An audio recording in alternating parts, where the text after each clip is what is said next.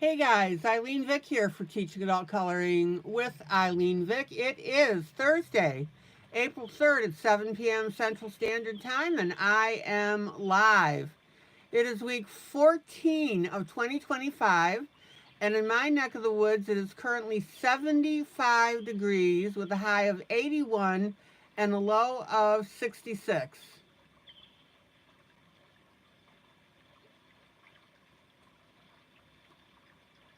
Welcome to my broadcast. I am here for the next 3 hours for coloring, companionship, pretty pictures, and fun. Ooh, that'll teach me for getting distracted. Coloring, companionship, friendship, pretty pictures, and the what, the how, and the why of adult coloring. In other words,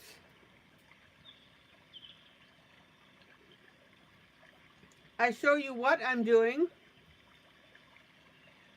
I explain how I do it and demonstrate how I do it, and then I talk about why I did it. Welcome to my YouTube peeps who come in and chat with me. That is always fun.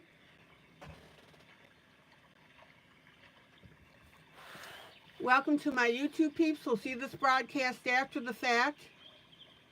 And welcome to my Facebook peeps who'll see this broadcast when I download it into my group, Teaching Adult Coloring with ILene Vick. All right. Let's see who's popped in. Carmen. So glad to see you. Hello, Miss Sandy. Jonah. Tam Tam. Oh, hello, Julie Rich. Welcome to the broadcast.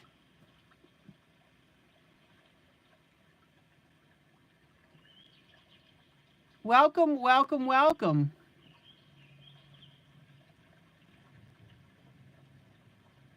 Karen, hello, good to see you. I know a lot of you guys like to watch and not necessarily say hello, which is fine. Oh, Julie, you're in Scotland. Well, welcome. That's fun.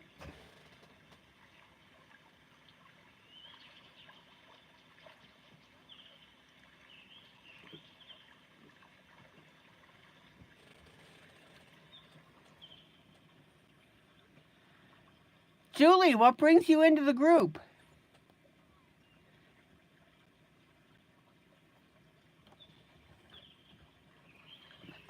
We have people from all over the world that like to watch.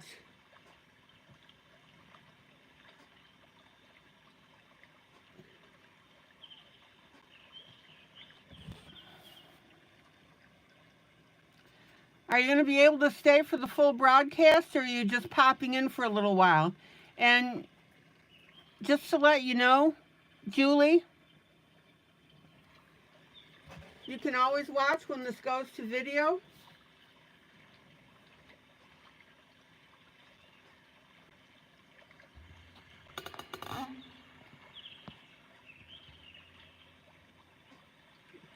Depends what your schedule is. Oh, you've been lurking for a while. Would love to learn more about shading and depth. Okay. Yeah, like I did on the hair.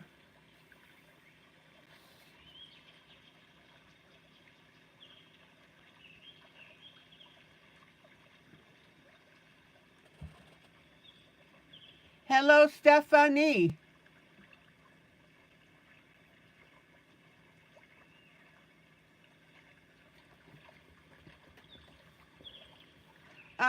Julie, do you have a printer?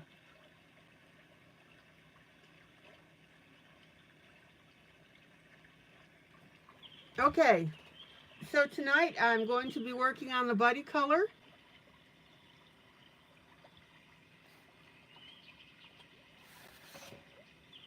This is from my book celebrating St. Patrick's Day Jubilee.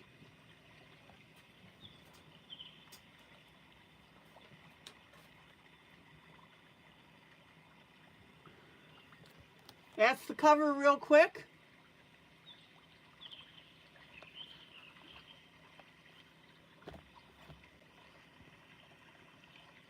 Cute little guy.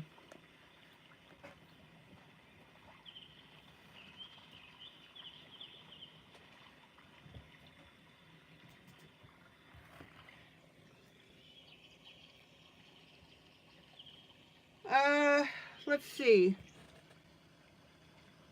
Julie, did you download and print this image from the group?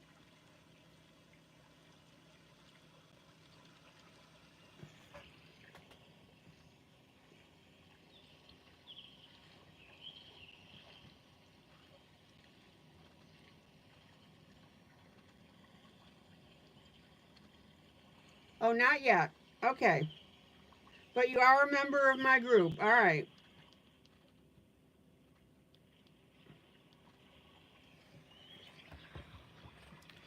Well, Julie, if you watch this and you've been watching the broadcast and you probably saw how I did the hair.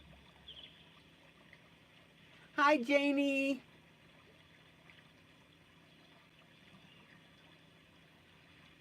This is a perfect example of depth, dimension, and detail. All right. The next coloring in the second half of the broadcast is out of Kirby Roseanne's Dark Fairy Tales, and I am currently doing Little Red Riding Hood. Thank you, Julie.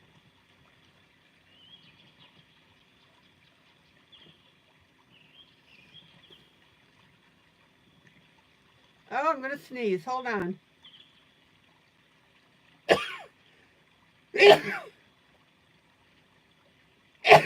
Okay, I'm healthy. 3 sneezes.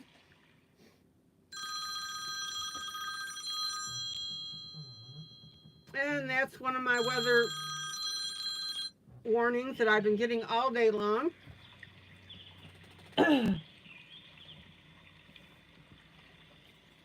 Thank you, Tammy. Let me get my tissue. Hold on a second, guys.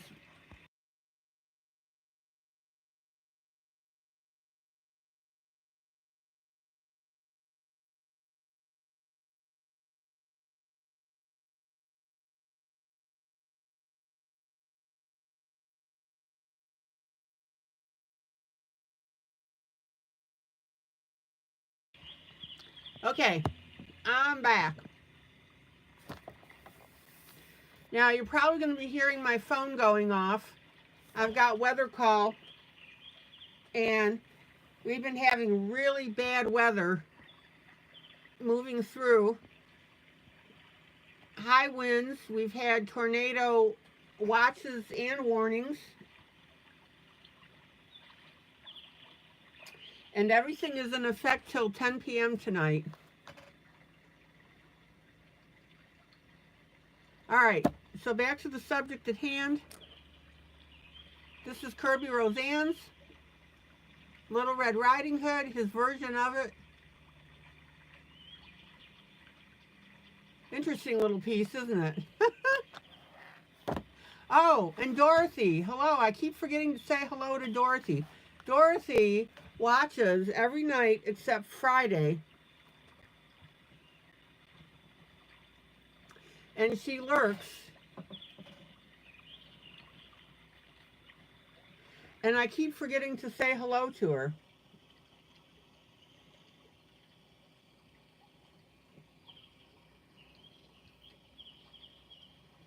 And if I can find it, I want to show you something that she just colored. It's really pretty.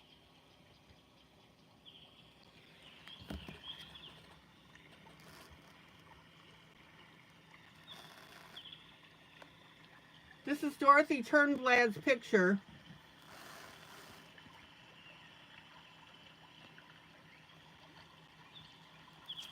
And this is what she colored. Isn't that gorgeous?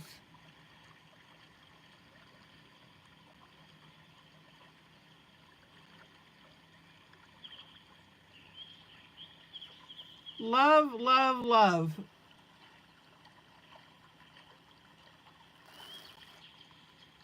It is so darn cute. Let me get a little closer here.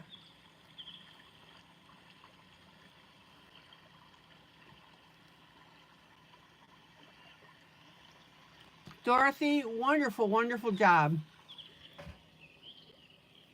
All right.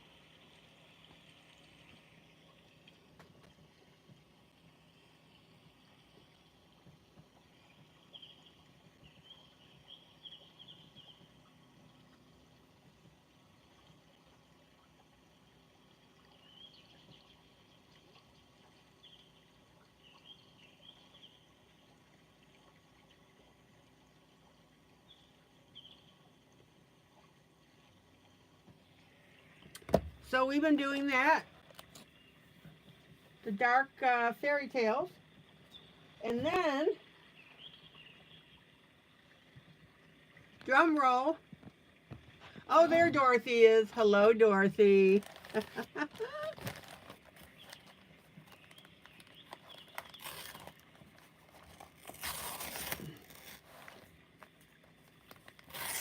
Dorothy, you really knocked that one out of the park.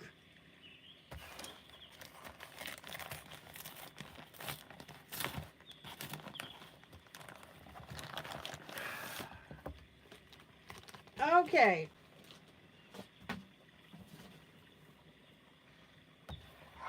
Drum roll. This is my newest book, Easter Parade Jubilee. Absolutely adorable.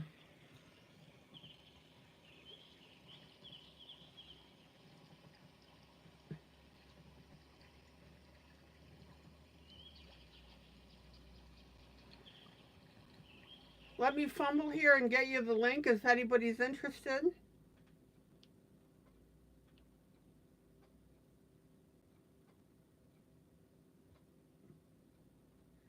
There you go.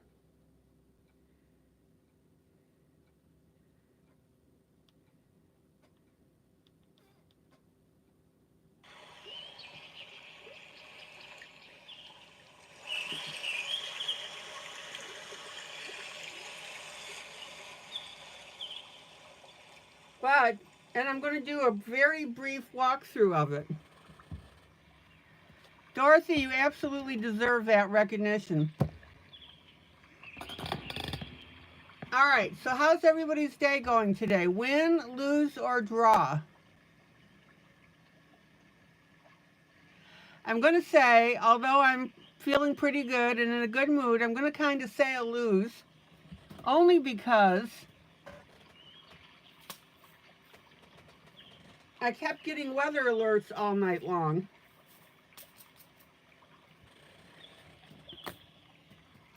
Which is a good thing, but not great for sleeping. So,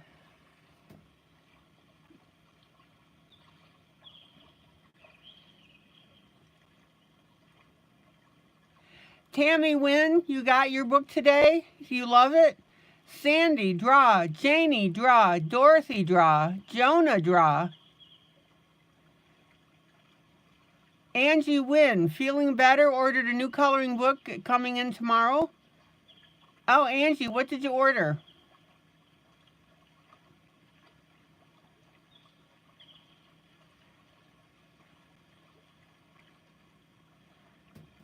And we've got 2 surprise books coming in on Friday.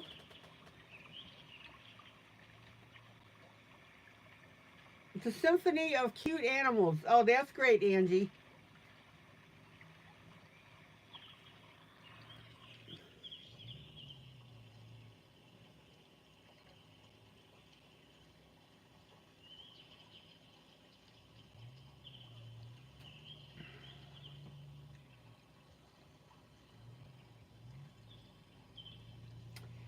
Angie picked up or donated or purchased for the group 2 books. Oh, they're arriving Sunday. The first book is Symphony of Cute Animals.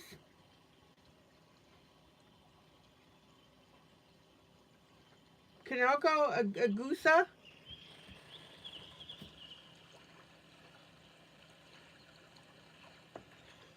This is the book.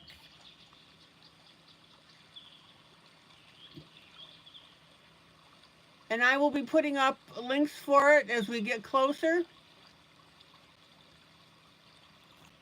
And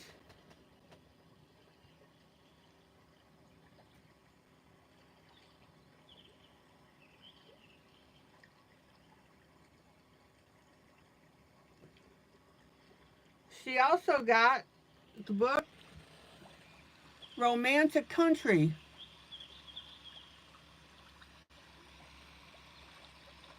So I will be doing a flip through of those books. That's by Erie.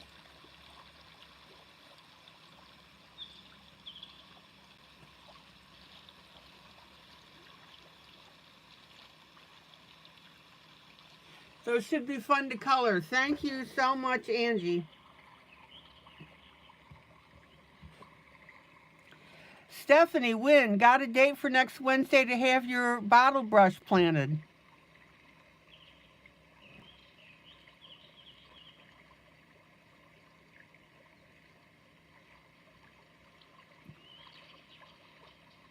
Do you want to elaborate on that a little bit more, Stephanie?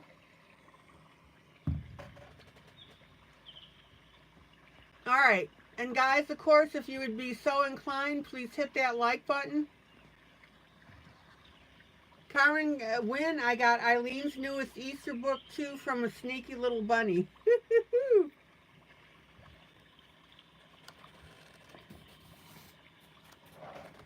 All right, let me break the spine on this.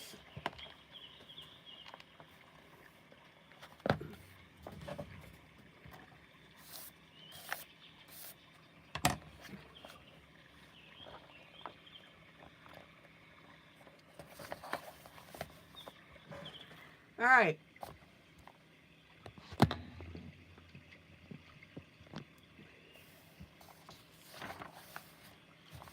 Here we go.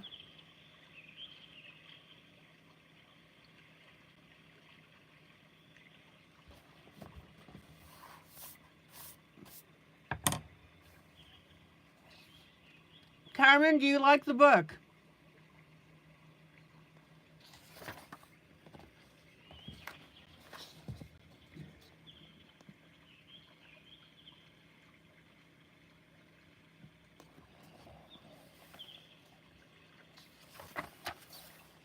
Isn't that beautiful?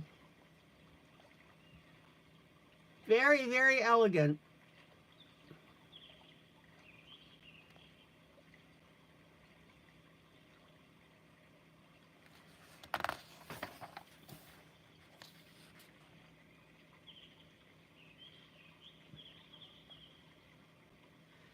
Carmen, you're coloring the first picture now, and I absolutely adore it.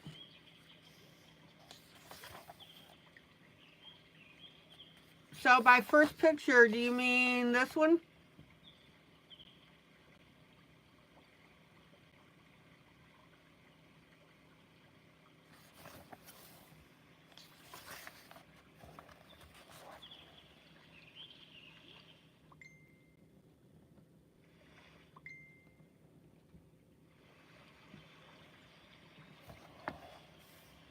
Tammy, you're working on that one?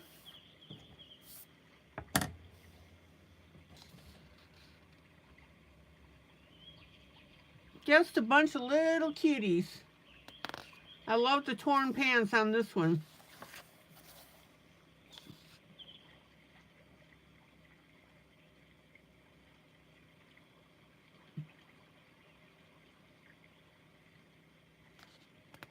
Oh, Carmen, your buddy coloring this picture.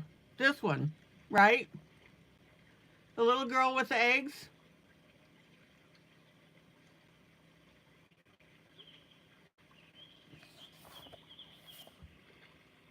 Angie, you got another win. Got your reading glasses today. Excellent.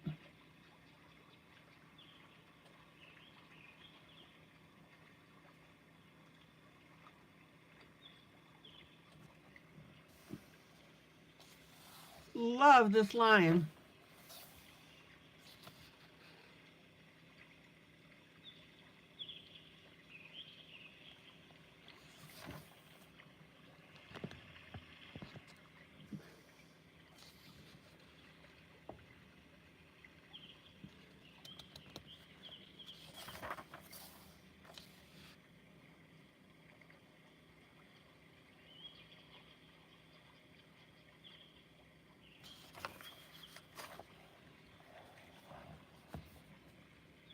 Now, I think this book is especially cute.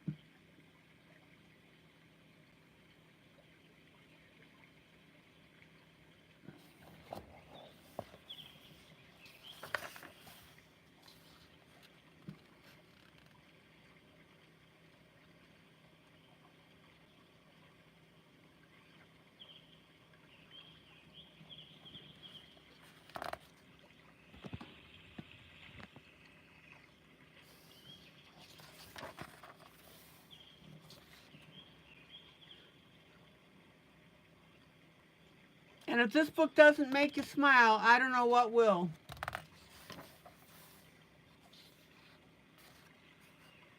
But you'll have to tell me whether you guys like it or not. There's the cover, of course.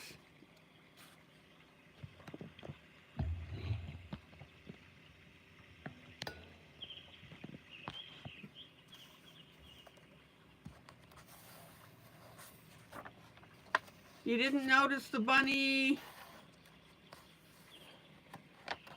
in the previous page. You're going to have to tell me what one you're talking about.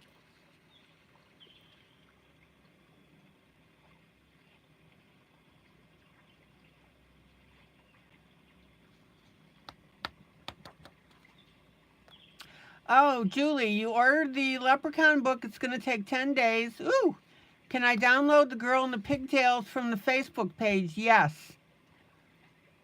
Absolutely. Do a search, Julie, on the term breaking news.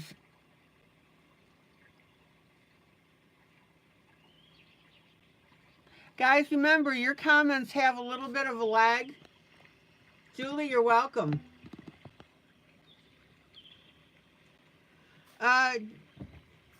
Yeah.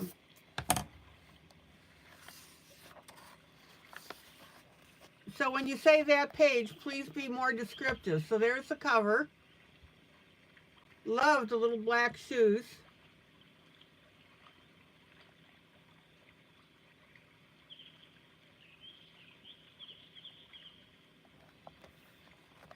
I think that one turned out really well.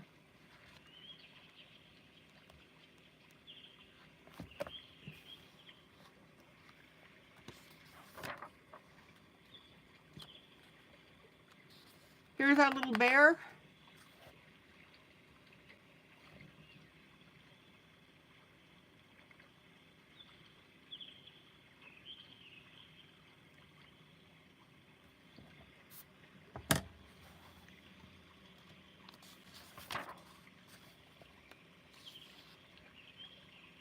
Just way too cute.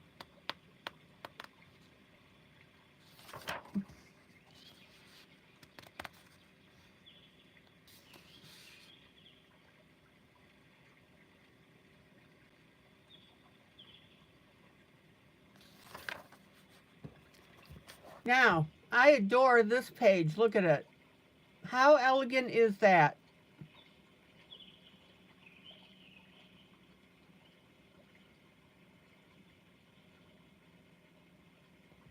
I can't wait to see someone do this one.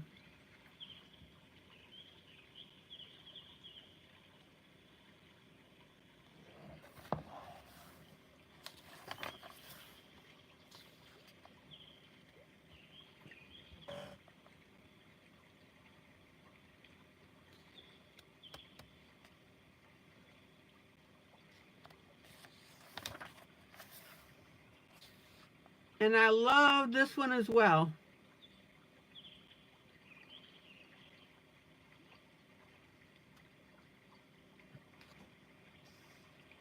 Cuteness overload.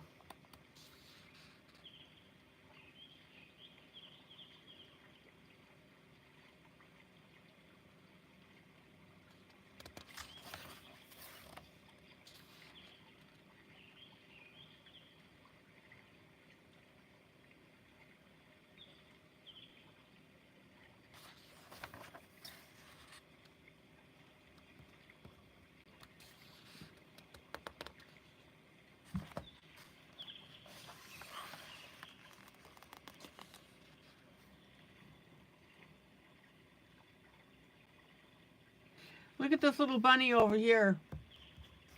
That is a stealth bunny. You don't see it at first.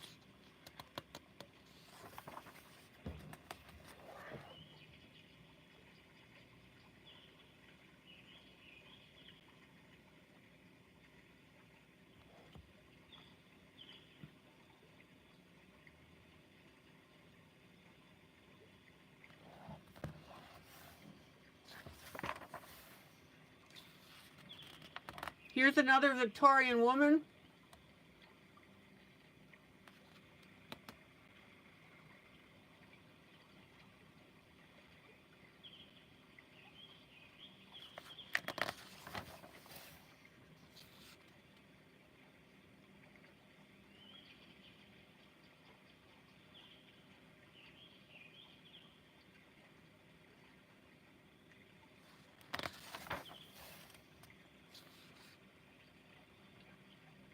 Dorothy, I could see you doing something like this one.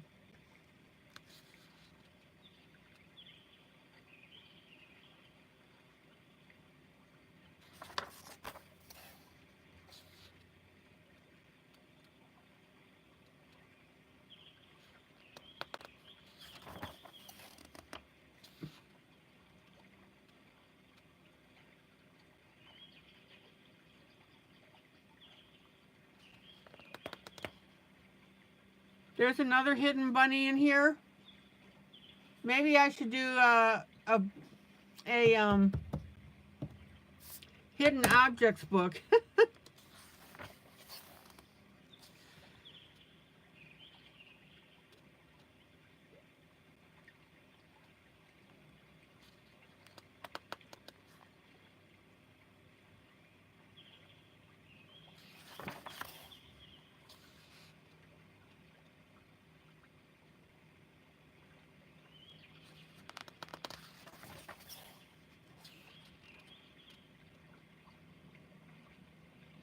Dorothy, here's another one I think that would look, you could do justice to.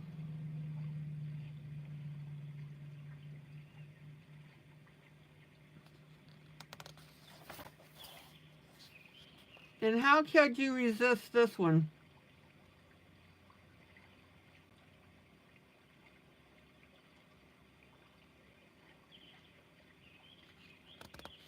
I'm going to have a hard time picking out one image to do and post it for buddy color. But you guys know that I also give you 1 or 2 freebies with it, so that'll be good.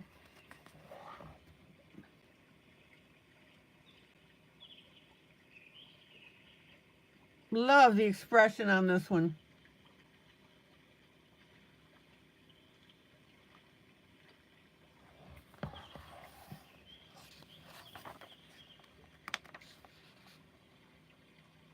There's something about a cow in an Easter bunny hat.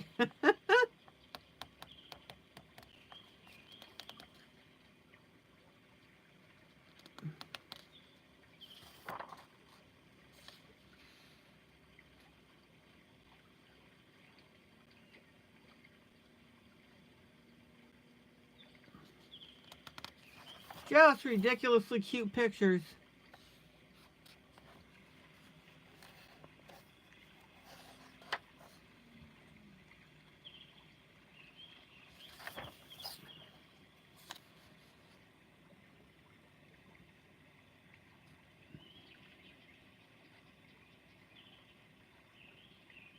And Dorothy, I could actually see you doing this one as well. I think you would do a bang-up job with this one. A little more involved, but it is so cute.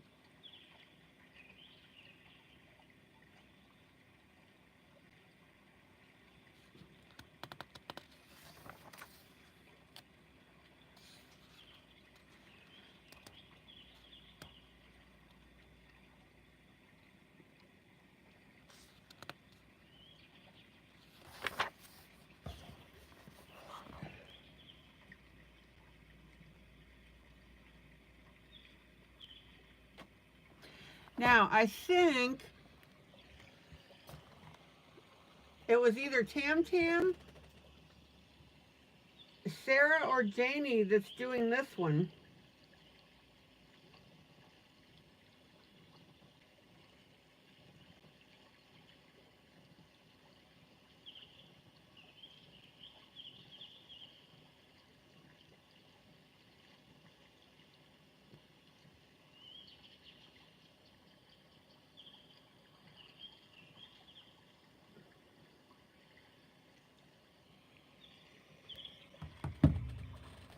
Thank you, Dorothy. Dorothy, do this one for us for the group.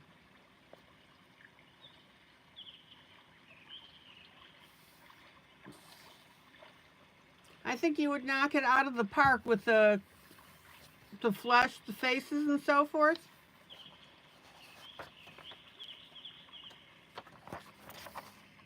All right, almost done. Then we can get to the important stuff.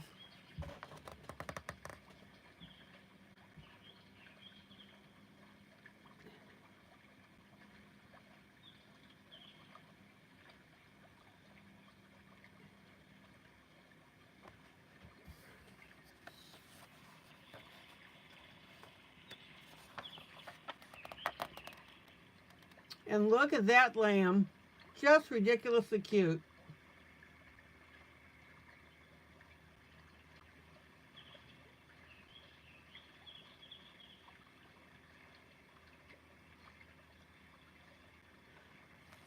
So Sandy, are you telling Dorothy to do that, the boy and the girl, or me?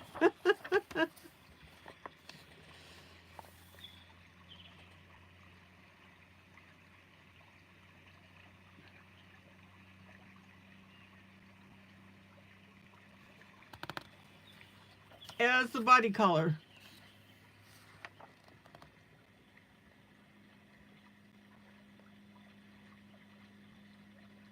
Dorothy, I can see you doing this one as well.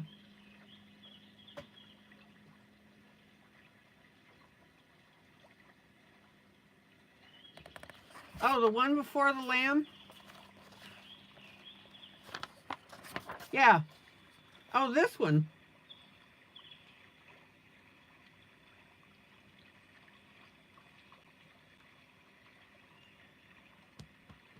And Dorothy, you're doing a picture from celebrating Mother's Day Jubilee.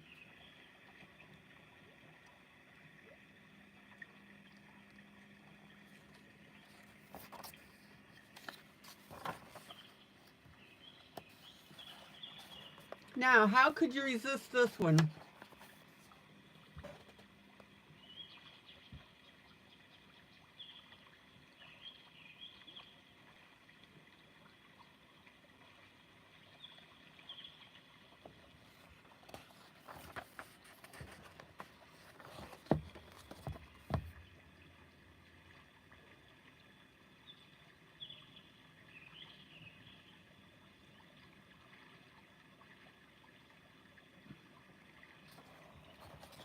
Too much fun with these images. And then here is the bonus page. I need to do a book about country churches.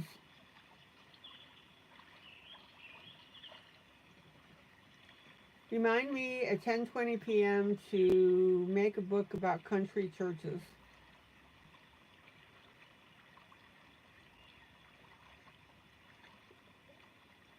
Okay, I had to make a book about country churches for tonight at 10:20 p.m. All right. And let me show you the back real quick. You can get an idea how this puppy looks. Let's get the shine off of that.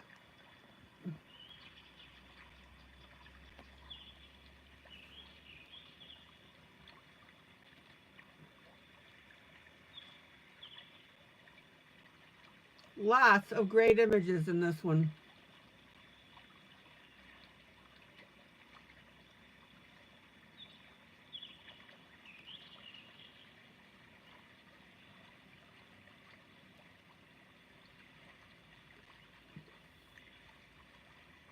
Hopefully it gives you some ideas.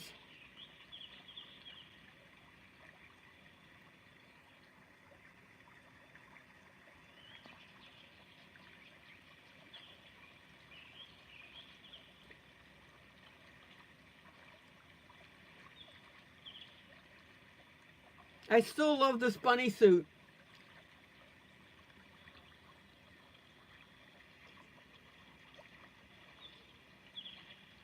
And there's the country church. I don't know. What would you guys think about a coloring book that's country churches?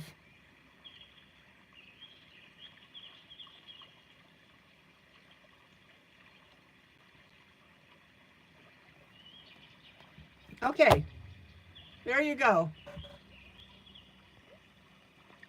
Easter Parade Jubilee. Tammy, you think that would be a good idea? Janie, Tam Tam, who else?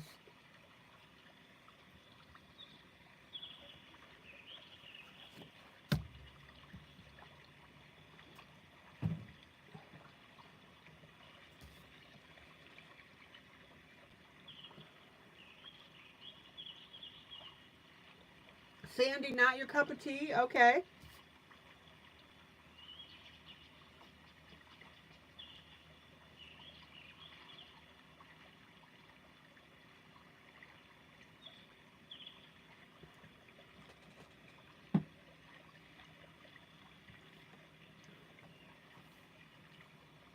Country churches and old barns.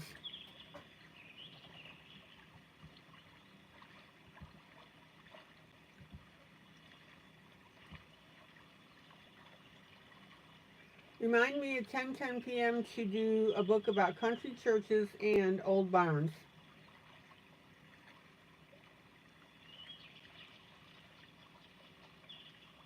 Happy Thursday, happy Thursday, happy Thursday.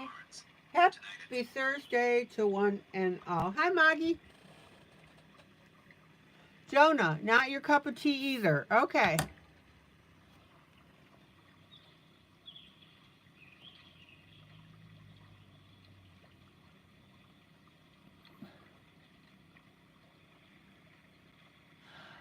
Julie.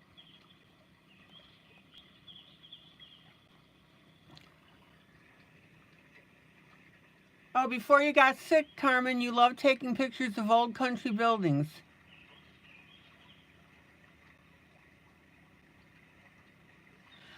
Julie, does something like old country churches and barns, I don't know, are they different in Europe, in Scotland?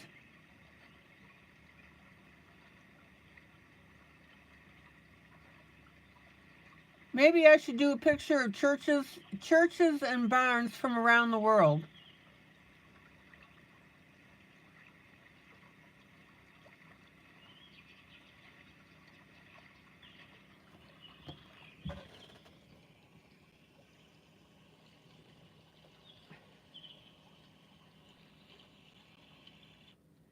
Show me a picture of a country church in Scotland.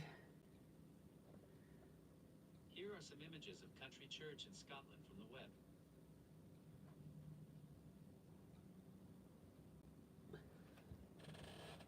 web. Okay, here are some pictures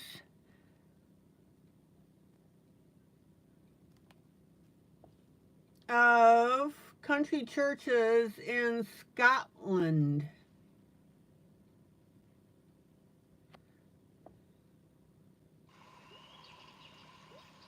Whoops, that disappeared.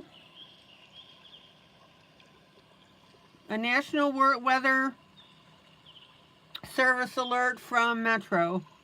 Okay.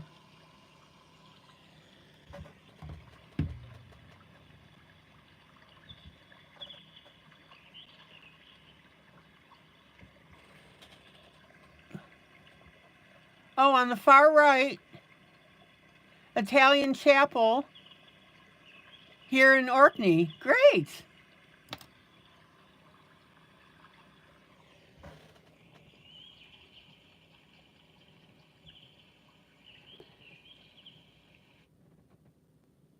Show me a picture of church. Show me a picture of country churches in Scotland. Here are some images of country churches in Scotland from the web.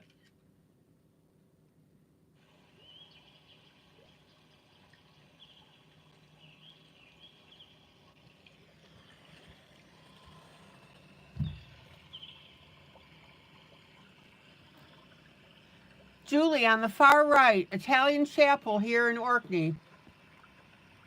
Okay, which one?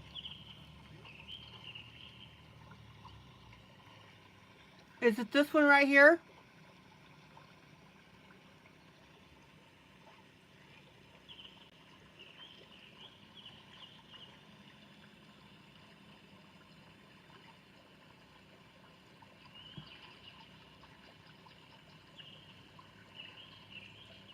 Oh, it was white and red. Okay.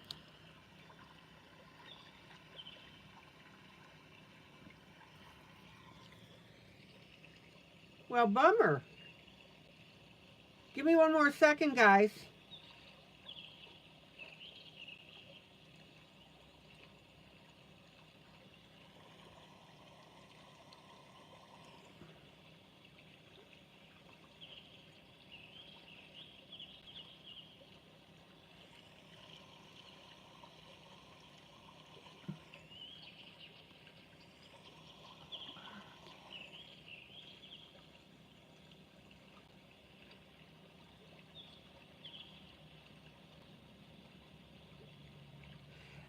Julie,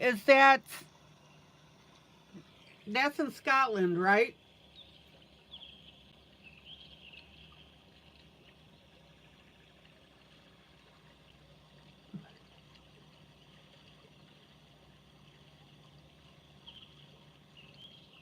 Oh, there we go. Yep, I did a Google search on it. There you go. Orkney's Italian Chapel.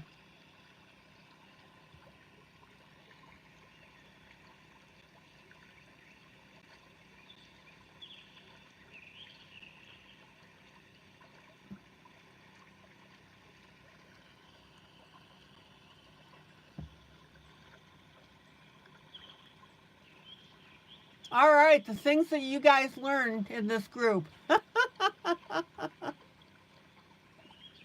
Julie, I bet you never expected that.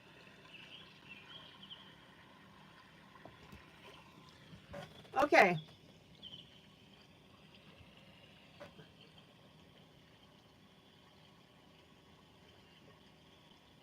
Stephanie sent a picture of the bottle brush. Let me show you that real quick, and then we will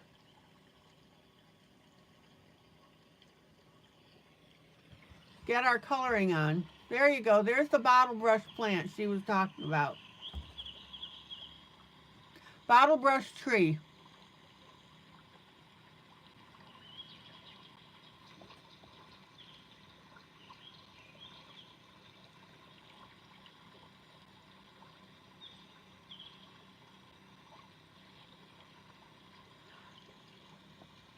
I'm sorry, Julie. What's the no for?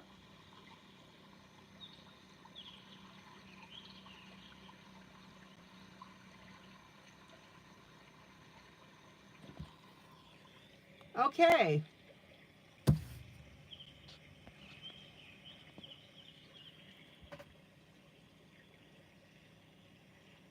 This is why this group is so much fun. All right, guys, let's get coloring.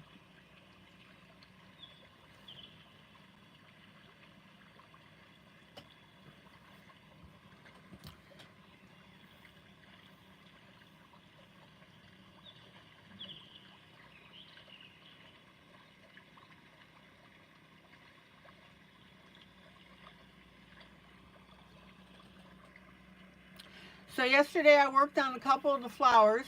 Now, we were talking about depth, dimension, and detail.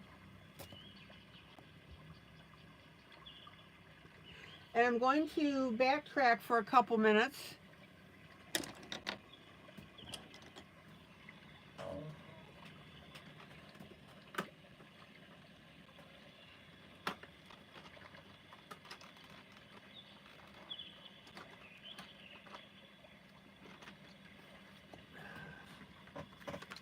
Let me get a new Payne's gray out here. Oh, Julie, you didn't expect to see a chapel along the road from you. Julie, how far away from you is it?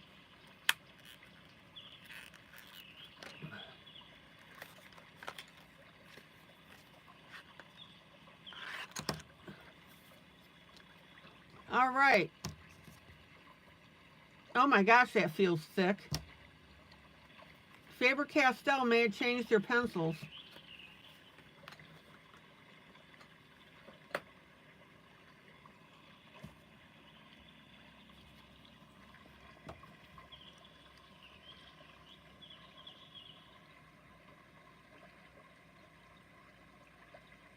Faber-Castell, Payne's Gray. Oh my gosh, this thing feels so much thicker.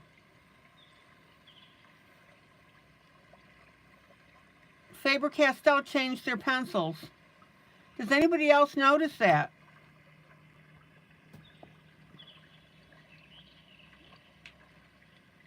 No complaints from me. All right. So I'm going to take my Payne's Gray.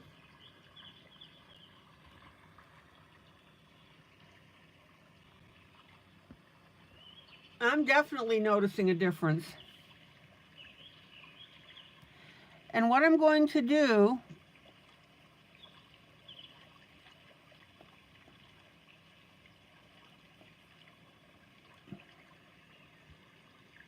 and this will give Julie a heads up about shading and shadowing.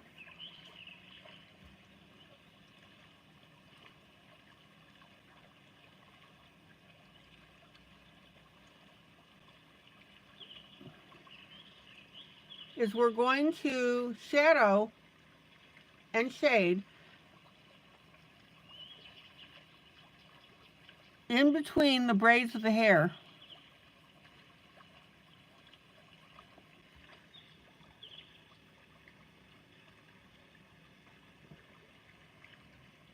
Now, don't get stupid with your gray, guys. And remember, when you color something darker, it tells the brain that it's further away.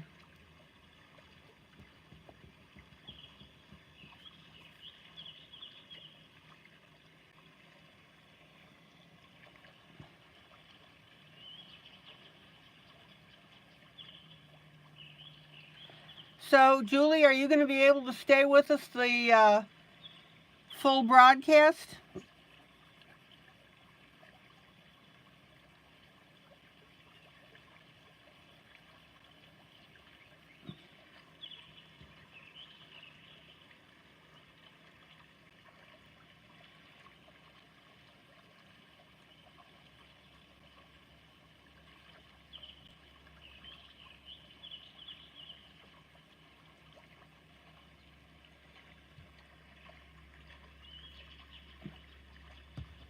Now, I want you to see the difference.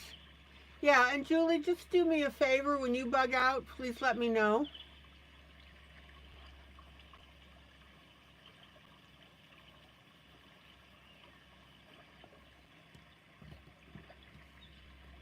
Now, the critical part of this is blending.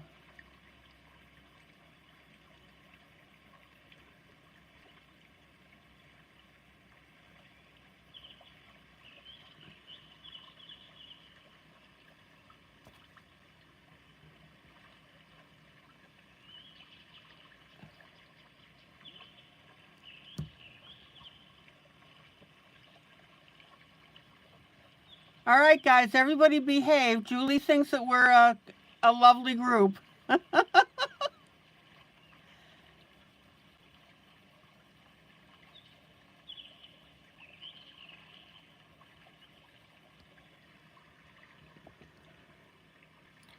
Okay, now, we are a lovely group. We really are.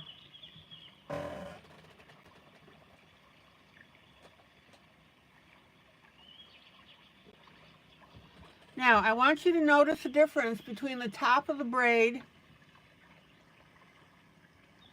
and the bottom where I haven't shaded or shadowed in between.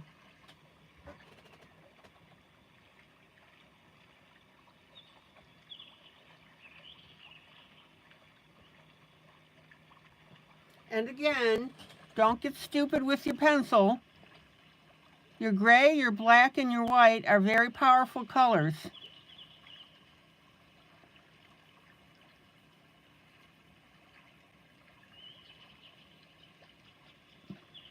Julie, how long have you been adult coloring?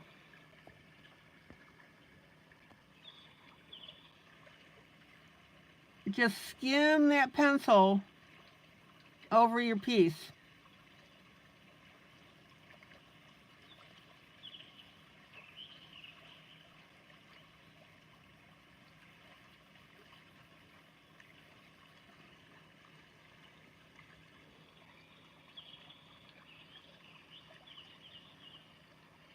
Oh, you haven't started, all the gear and no idea.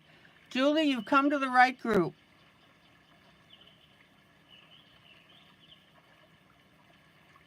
You really have.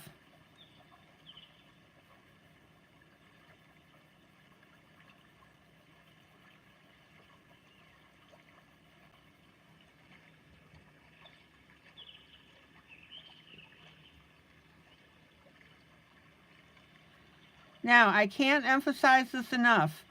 Don't pound your pencils into the paper. Just skim your pencil over the top.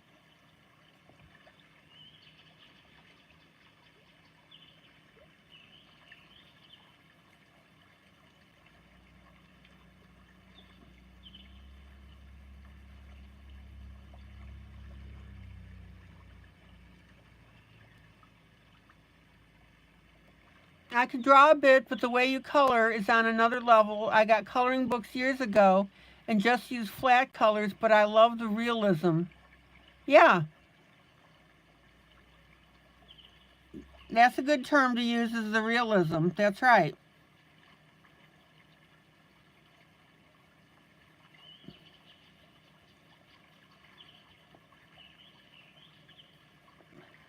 Sandy, tell your story about coloring before you got into the group.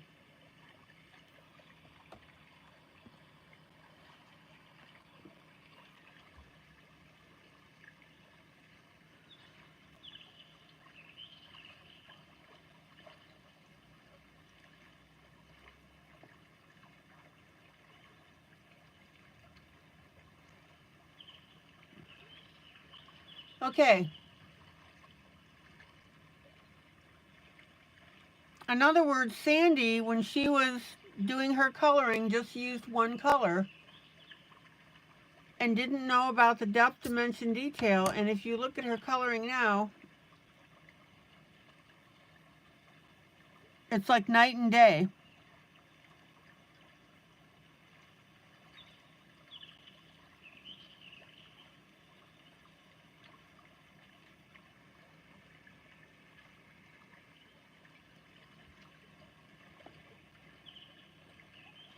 Hello, Grace.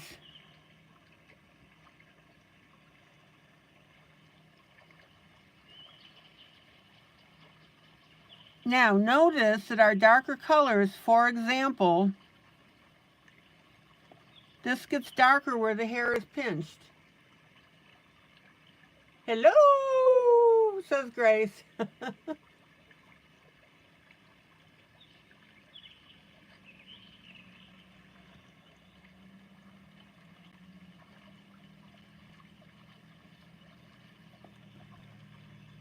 All right, let's get this little bit here.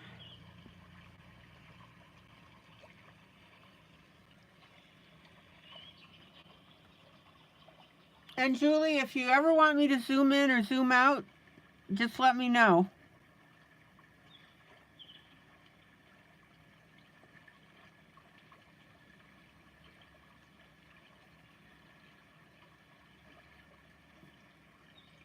Now, check out how I'm just, yeah, that's the whole point, Julie. Oh, Sandy says now coloring is enjoyable. That's the whole point of my broadcast, Julie, is that people can interact with me. Otherwise, all I'd have to do is just a video. And as you can see, we talk about different things.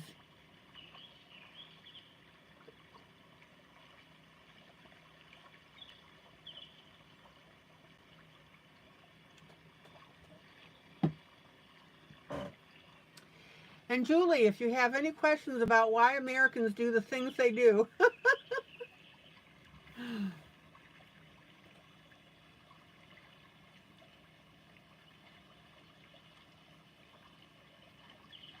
Okay, now, notice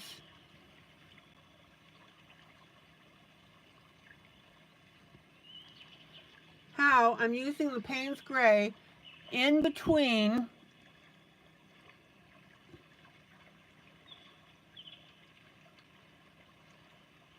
the strands of our hair.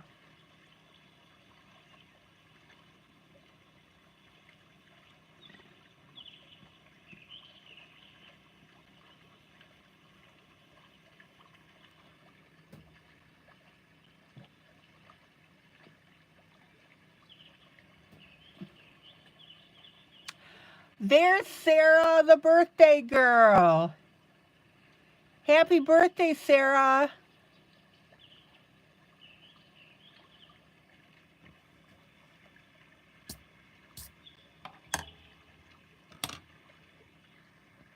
Okay, now, you know what happens when we have a birthday in the group. Guys, get your birthday emojis out.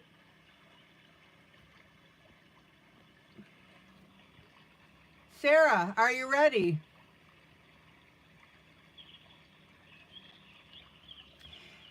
Happy birthday to you.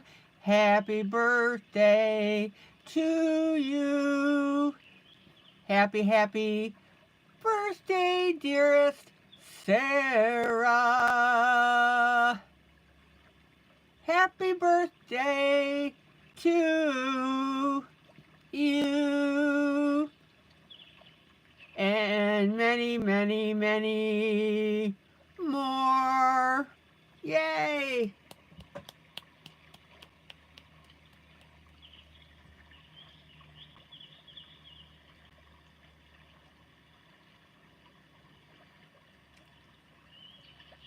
All right, there you go. Grace baked the cake for you.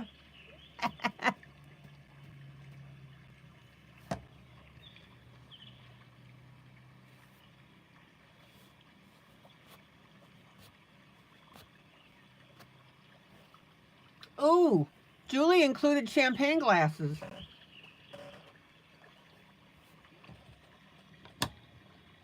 Okay. Now that we did the braid,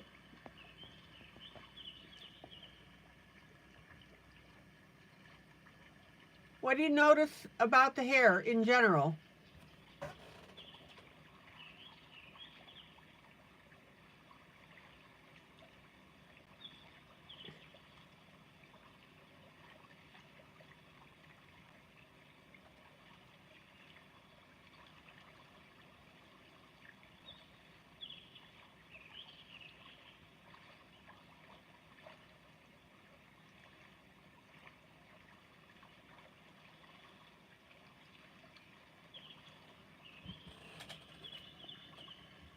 And the answer is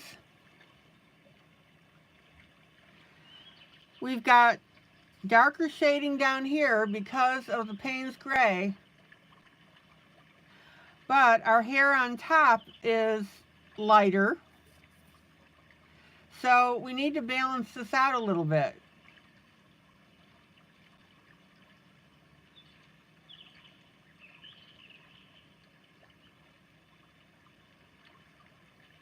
Now, one way with your colorings, and I talk about this, but I never do it myself,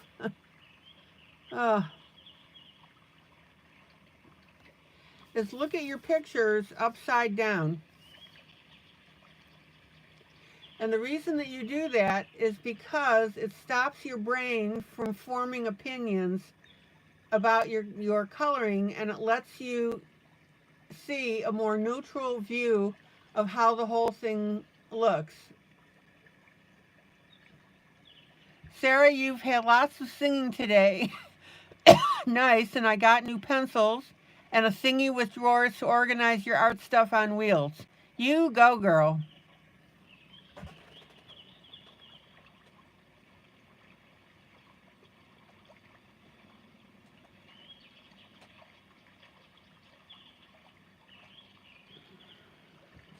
So when you look at a picture upside down, it gives you a more neutral view of what's going on. So my hair is a little darker over here. Oh, hoo-hoo pencils. Oh.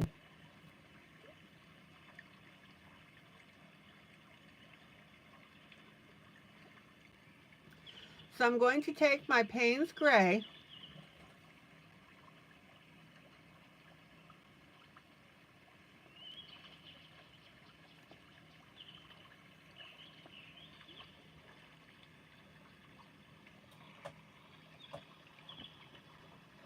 I have never used Ohuhu pencils.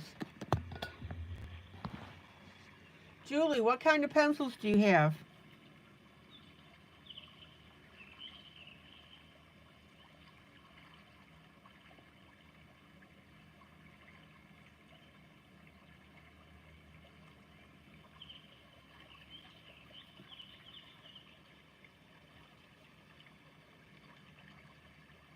$25 for Starbucks and Bling water bottle gift card to my favorite dress. Oh. $25 for Starbucks Bling water bottle gift card to your favorite dress store and Mickey Mouse, Minnie Mouse oven mitt.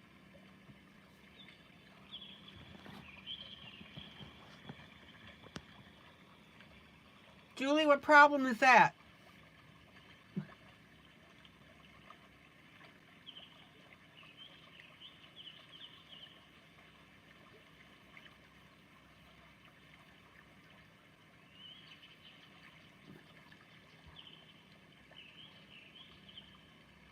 Castle Arts, Faber-Castell Polys, Corinne d'Arche, Derwent.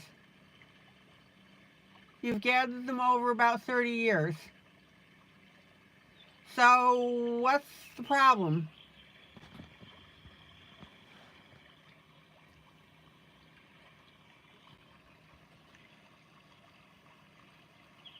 Now, I want you to notice that I'm concentrating my shading into the little V's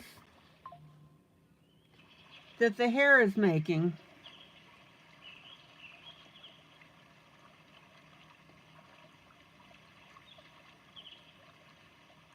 And then, of course, we want to blend that out.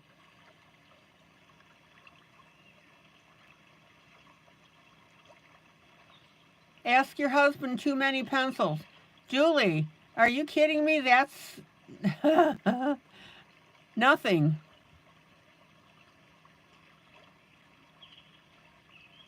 And then there's Prismacolor. And then there's Amazon Basics.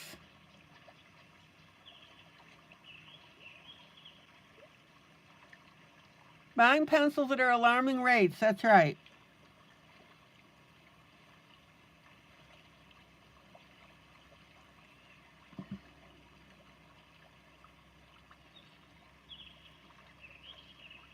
Oh, not so easy to get Prismas. Gotcha.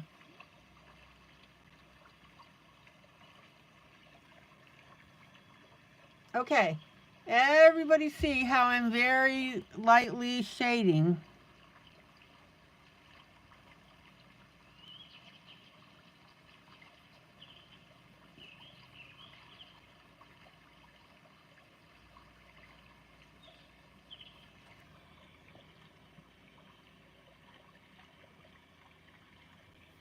Now, again, don't get stupid with your pencils and don't get stupid with your shading.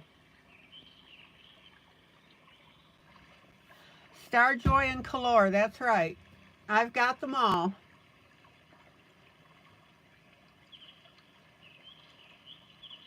Now, notice how I'm shading directly underneath the hat.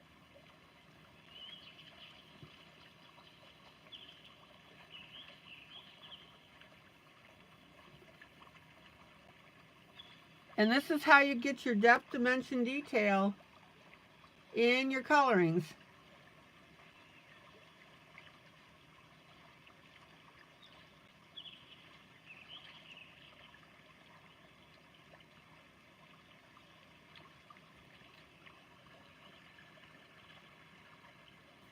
Julie, does that make sense to you?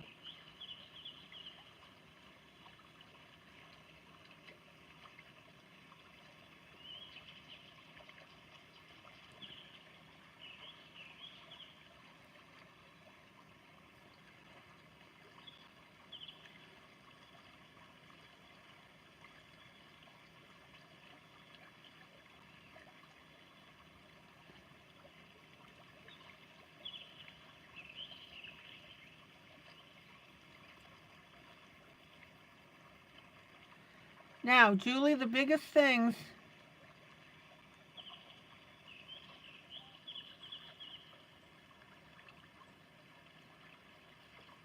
that you need to realize is don't pile drive your pencil into the paper.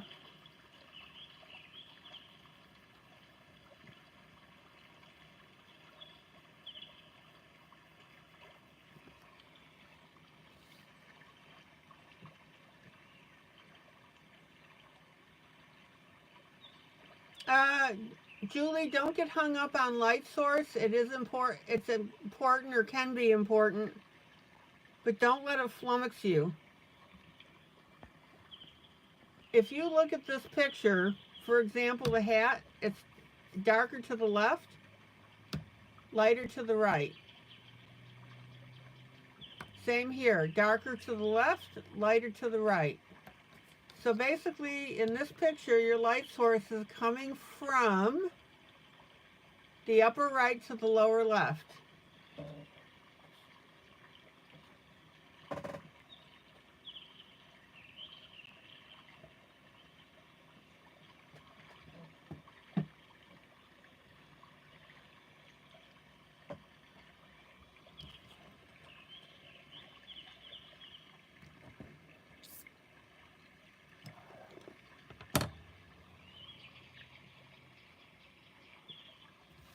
Okay, let's do a little more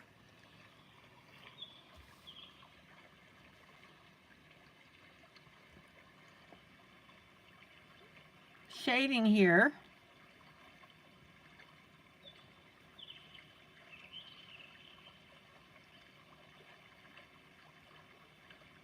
And notice when I shade around my flowers, which isn't quite apparent yet because we haven't colored it yet,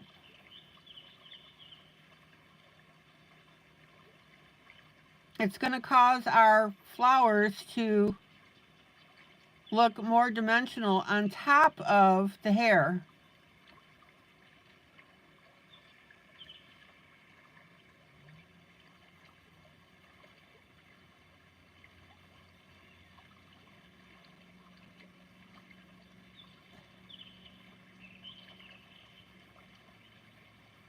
Now, guys, what's the number one most important skill to master in adult coloring?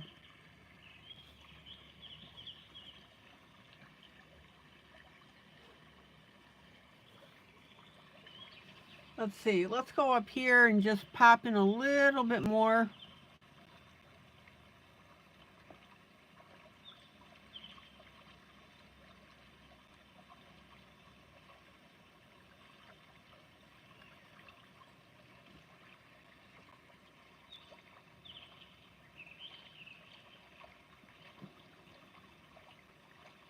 And we'll get a little bit here of our shadowing underneath.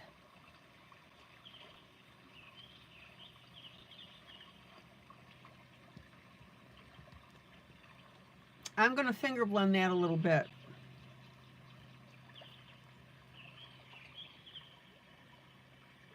Okay.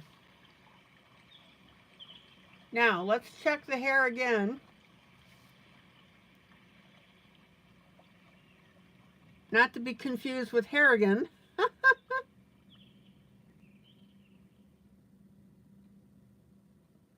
And Maggie says blending.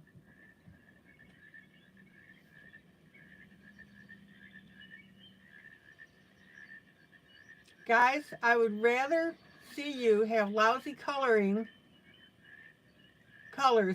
selection, and top-notch blending rather than perfect color selection and terrible blending.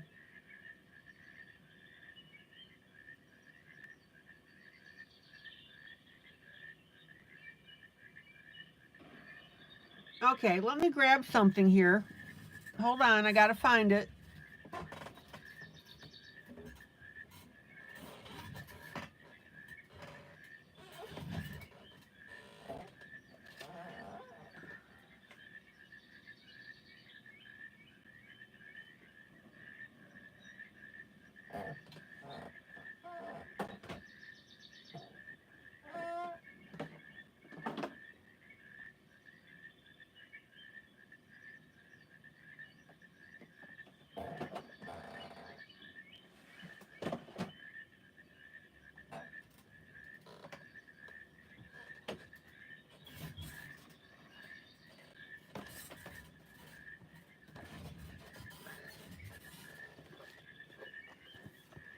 Although I should probably wait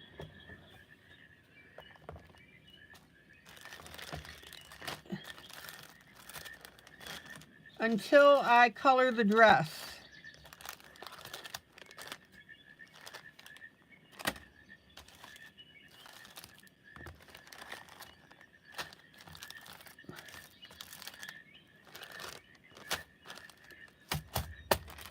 I've got these little half pearls, and that's going to make a perfect earring for her. But I'm going to wait until I color the dress. So basically, oh, and I've got more of these too. Basically, at the moment, never mind, because I have a particular one in mind.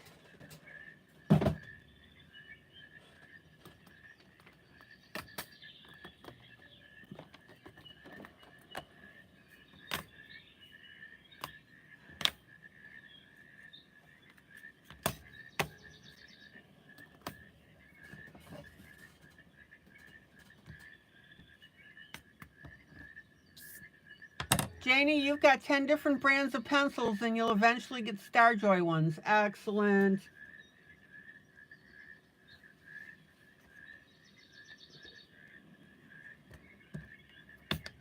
Okay, now let me show you these.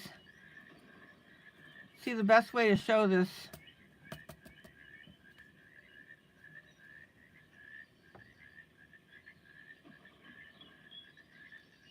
Starjoy is a good pencil.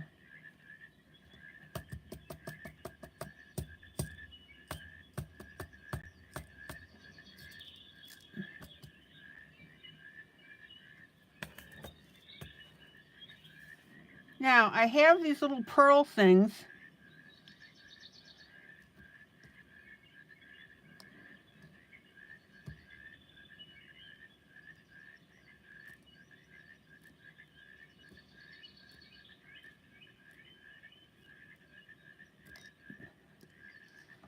And of course, they're all going to land upside down.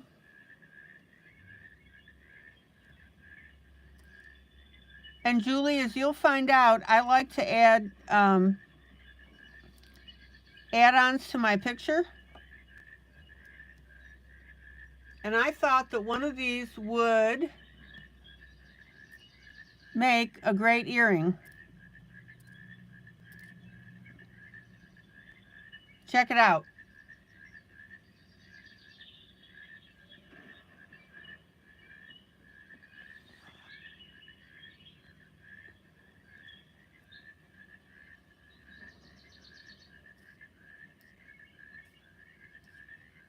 I've got a nice light pearly color, but I think that that's going to be a little too bland.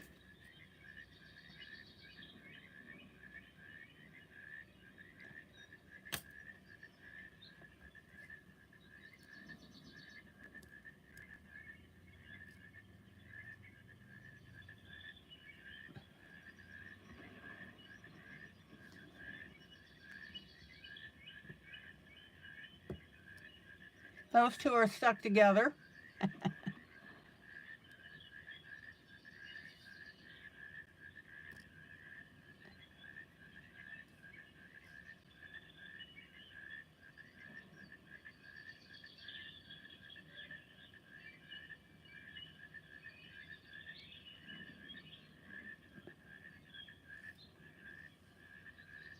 Here's a nice little pink. And that picks up everything as well. So,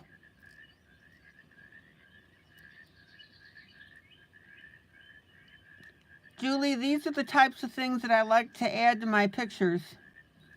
I've added rhinestones. I may even put 2 on there.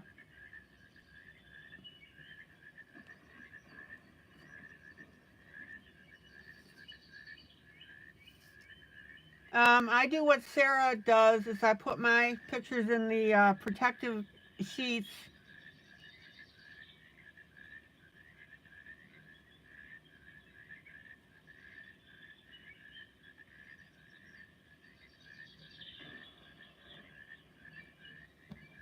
So there you go.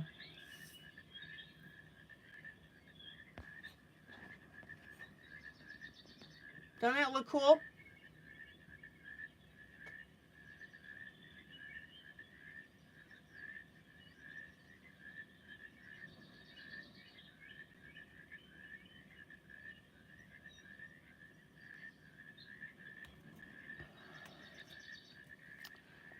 All right, let me plop these back in the container.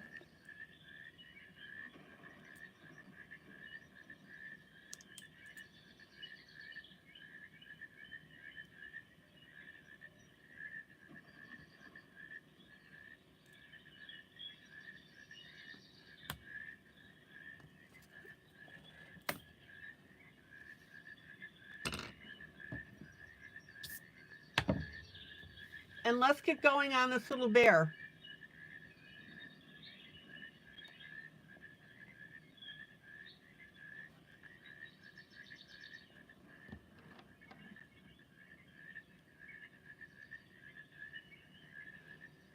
Now, you guys know, and I've shown you this before, that I've used an X-Acto knife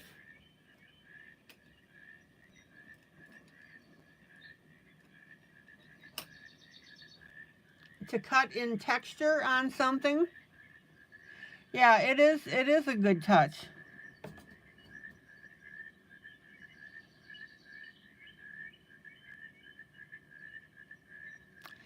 So what I'm going to do is I'm going to use my X-Acto knife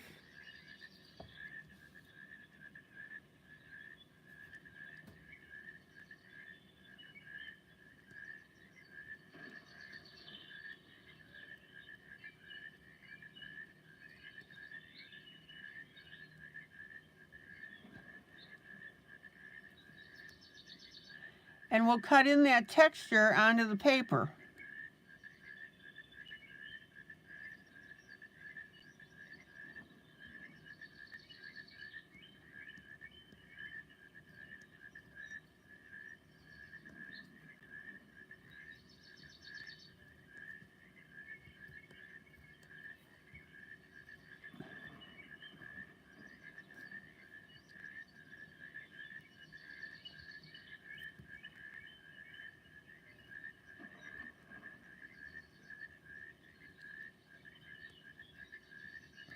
So, Julie, is your husband supportive of your coloring hobby?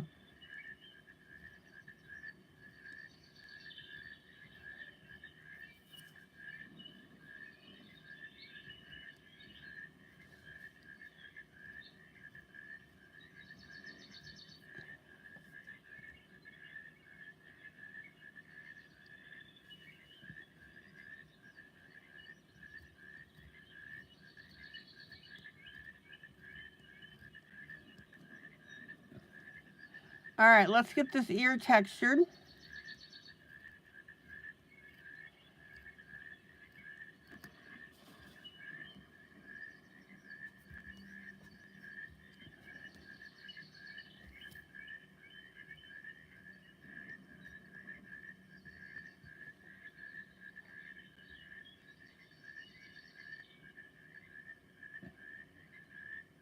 Oh, yes, he is supportive. He says I should do more.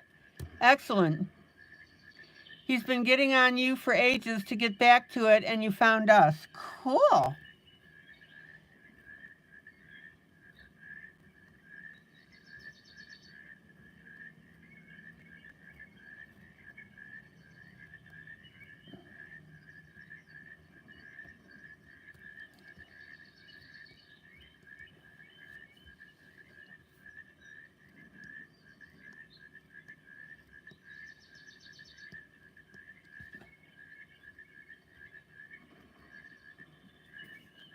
Okay, I'm just feeling where my cuts are.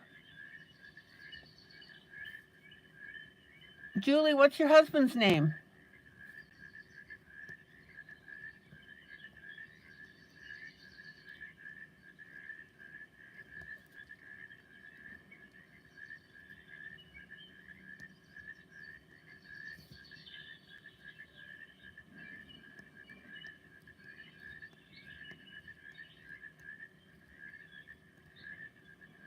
Magnus.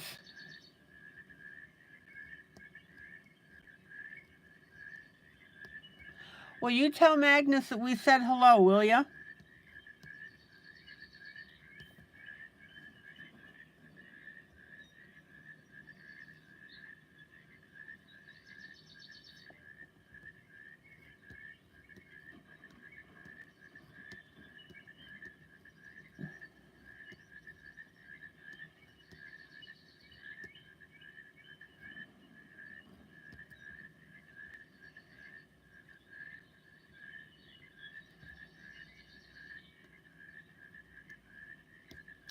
Okay, I'm using the X-Acto knife.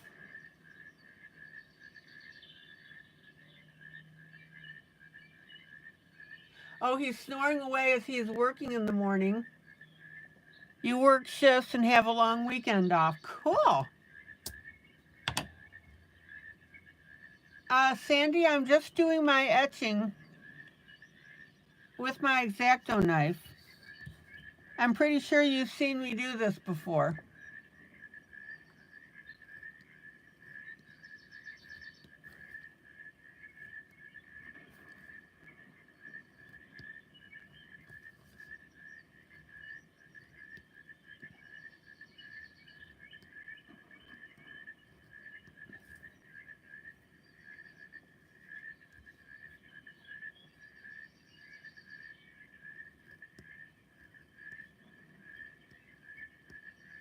Julie, what does Magnus do?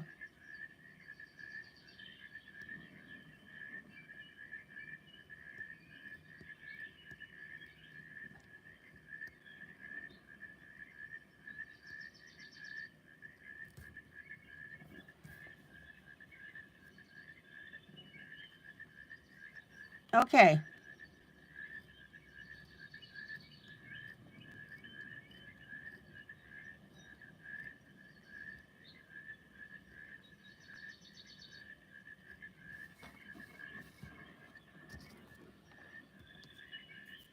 He works at a hardware store. Yeah, that's what we call it.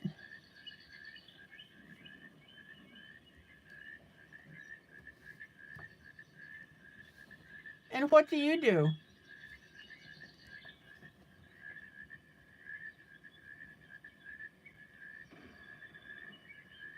Oh, Sarah, you won't be here tomorrow. I'm going to spend the night with my sister after work, then off all weekend. Oh, cool.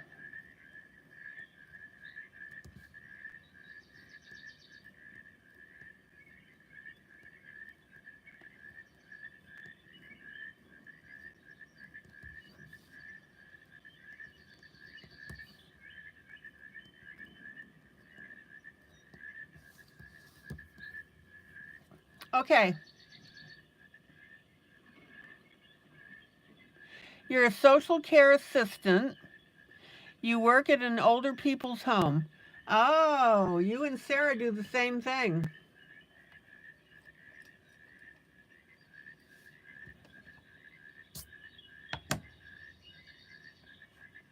Yep. She's a caregiver at what we call assisted living.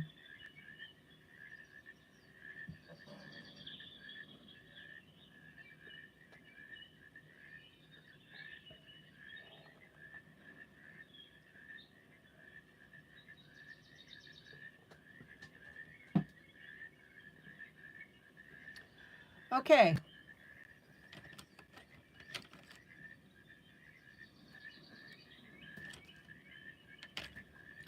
Now I'm going to come in with a light pink, and I'm going to do the footies first. So we have our light, medium, and dark pencils.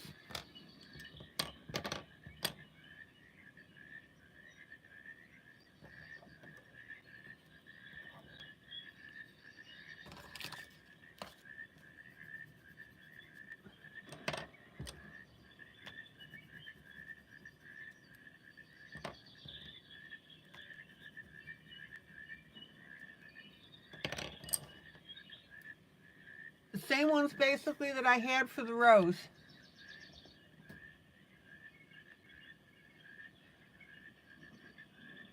Sarah, you said a lot of my residents are coming from the other place soon. I'm so excited. I'm the happiest I've ever been. Oh, so the other place is losing people.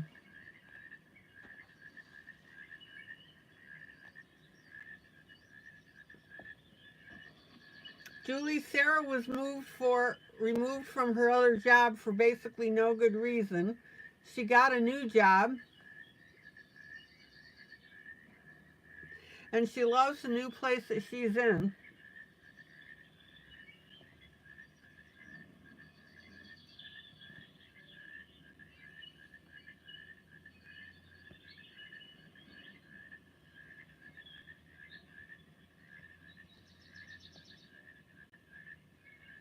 Oh, the other place is going to close soon.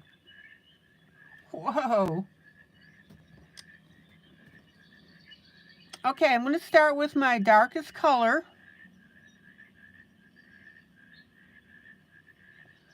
Now, I did not put the little hatch marks in here, so this is going to be smooth.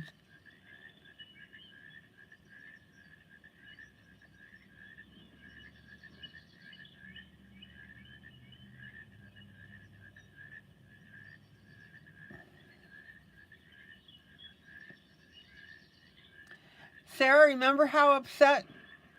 Oh yeah, I can swatch the colors. I'll be glad to.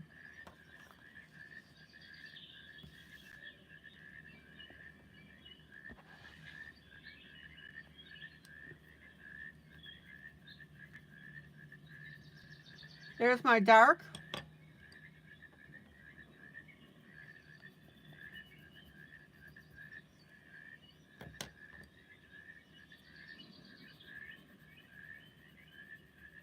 There's my medium.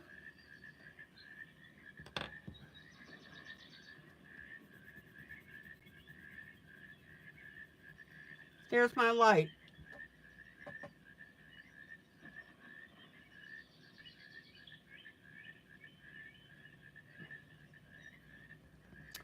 And I'm actually going to change out my light because that was the colors that I used on my rose.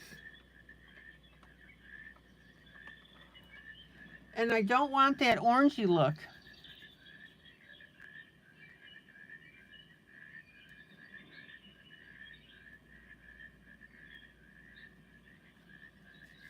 So forget this one.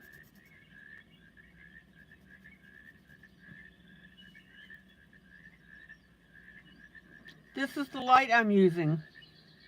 My pencil's splitting. Hopefully I can use it throughout. Julie, have you done grayscale? Oh, look at that. Julie says, I work for the local authority government. I love hearing the residents' life story. And I bet you they love telling it to you.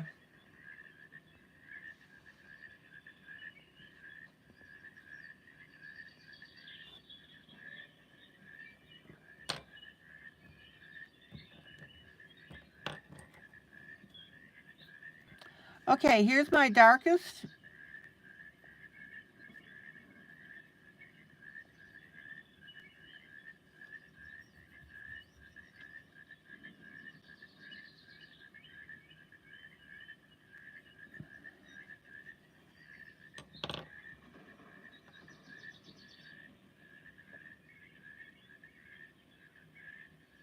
So Sarah, you love hearing, yeah, I love hearing their life story, which is why I wanted to work 7 to 3 when they're awake.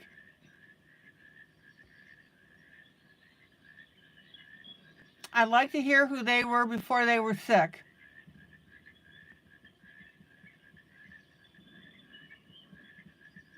Okay, Julie, this project that I'm doing is called Grayscale.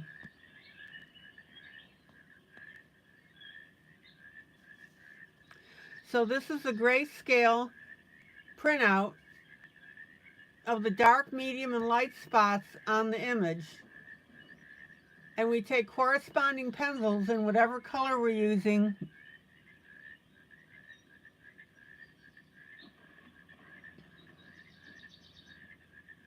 and color in those areas. That's a simplistic explanation. It's a totally different skill from line art.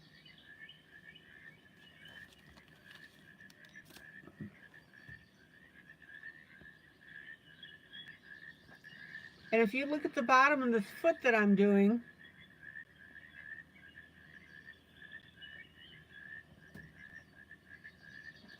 you can see the different shaded colors. Okay, so here's my medium.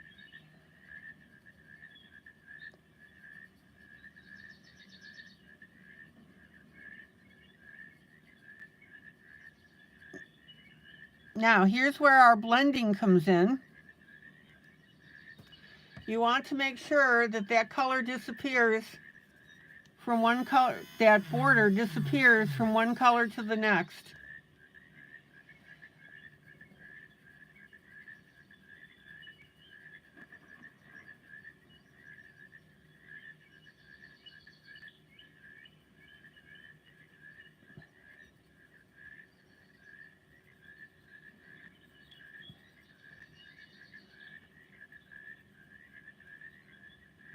See how that's a seamless blend of color? No, you do not use a lot of pressure. No, no, no, no, no.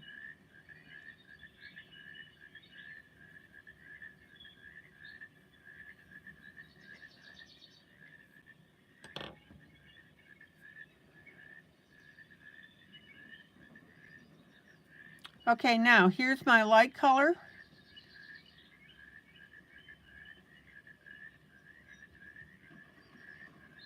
And notice how I'm blending over my previous colors with my light color.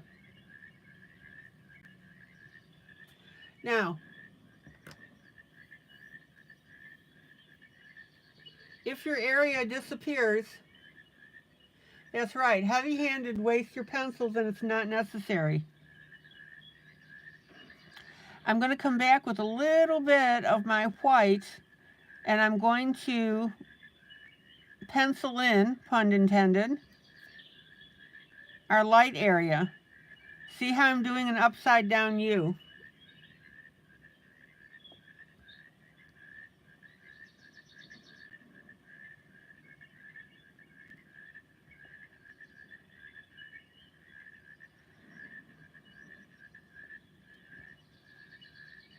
Now, Julie, don't worry about getting the exact colors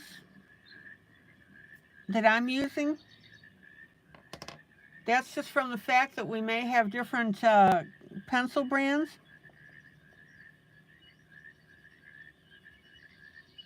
That's why I don't call out brands. I swatch what I'm using.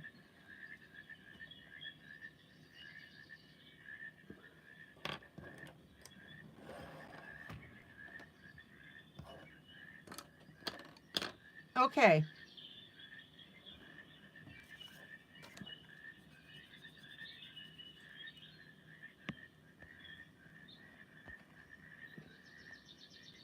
Now let's pull some browns. We're going to do a light, a medium, and a dark brown.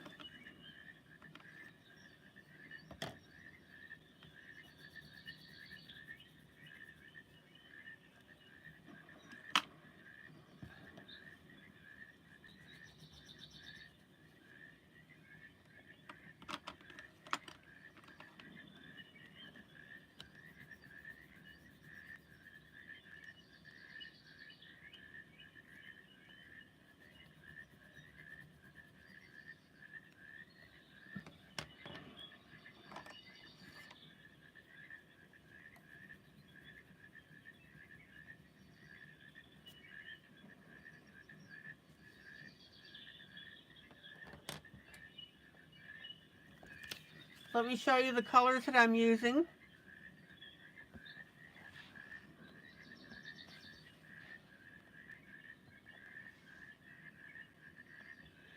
Now, Julie, you were talking about being heavy-handed. That brings up another point.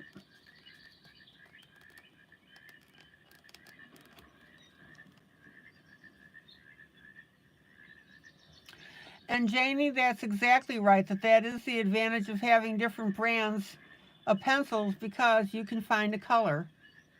And not only that, if you run out of a color on one brand, usually you can match it on another. Okay, so there's the dark brown I'm going to be using.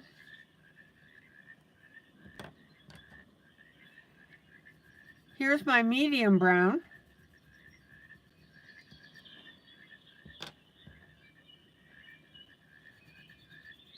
And here's my light brown.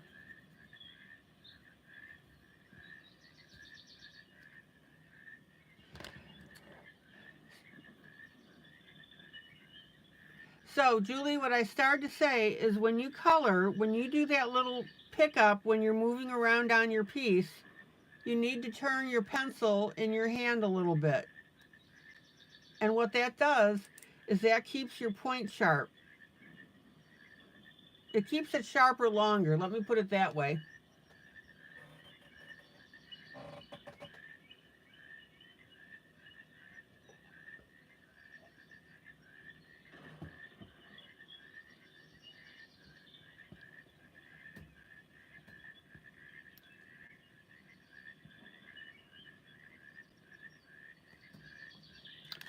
Okay.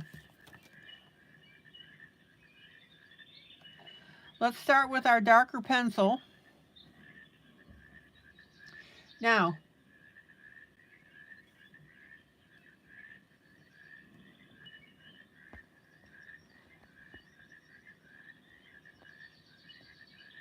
when you do grayscale, it doesn't matter what tone of pencil you start with. Sometimes I start with the darker first.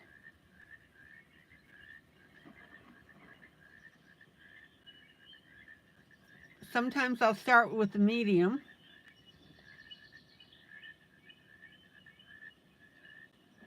And I just colored into the ribbon. Hold on.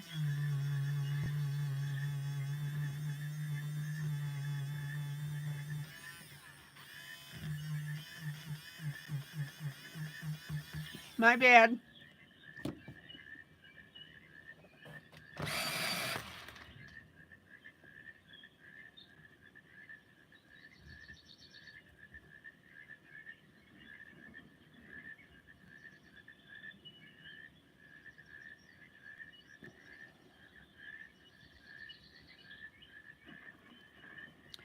So there's my dark.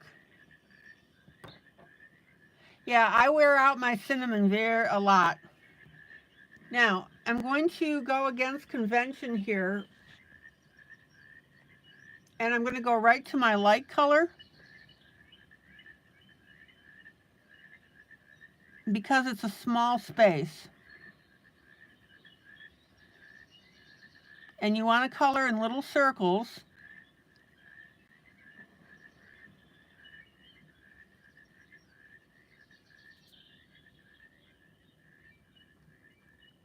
And when you pick up that pencil to move around, just turn it a little to keep that point.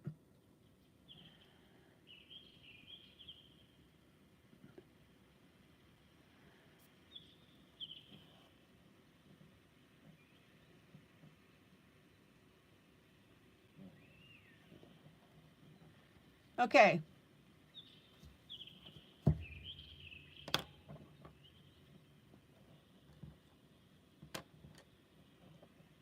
Here's my dark.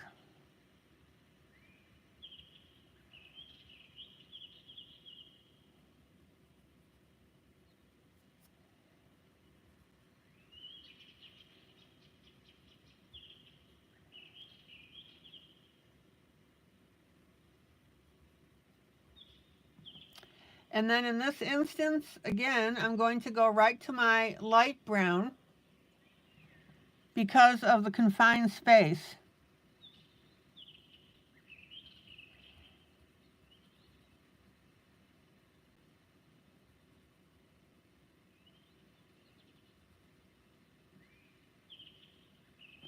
Now, I don't know if you can see it, but the cut marks that I put on the paper are starting to show up.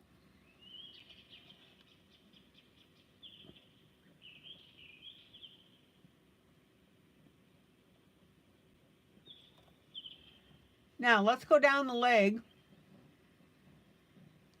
I've got my lightest pencil in my hand, so I'm going to go ahead and do my lighter areas.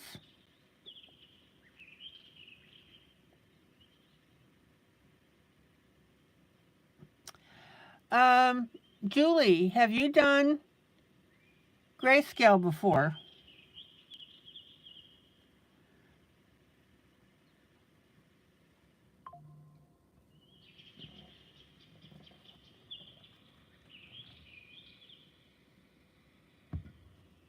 No. Okay.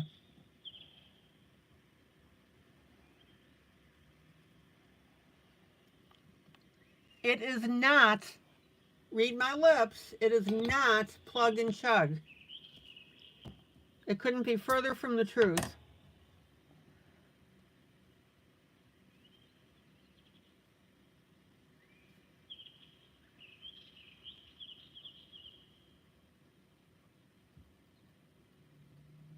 Okay, there's my lightest color.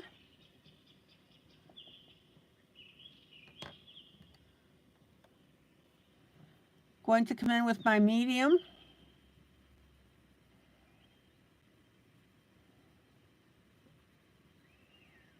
Again, skim your pencil. Do not pound it into the paper. Don't strangle your pencils.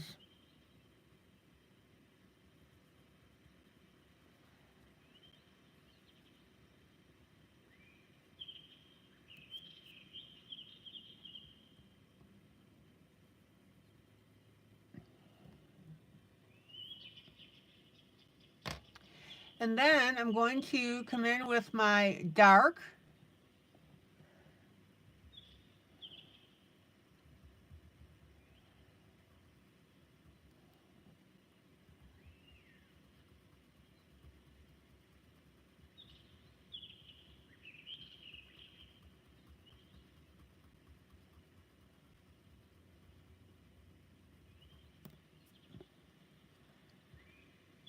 Look how cute this is.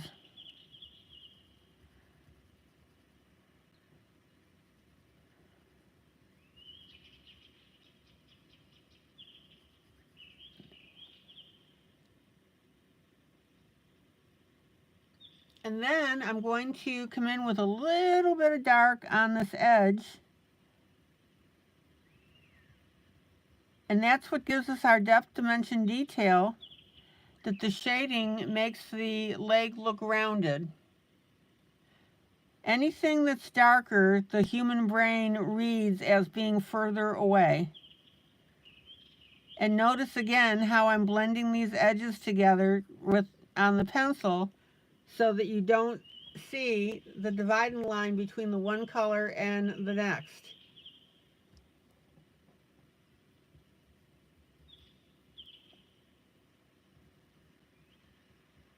Janie, blending is absolutely critical. No, Julie. Oh man, I can see this being a problem.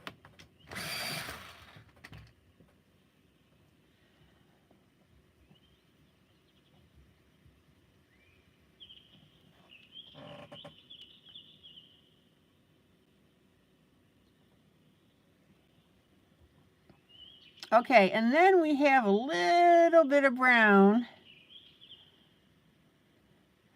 on the outside of our footy.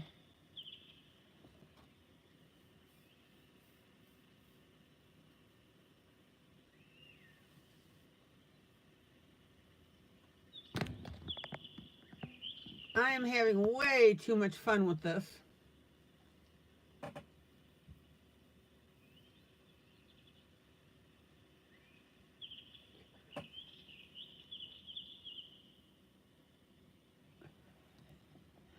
All right, here's our darkest color in the leg.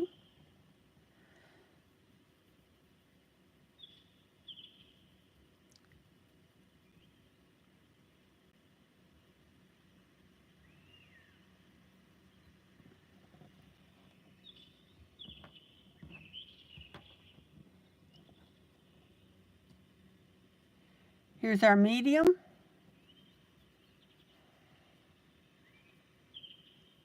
Again, when I lift my pencil, I give it a turn. It's become so natural to me, I don't even think about it.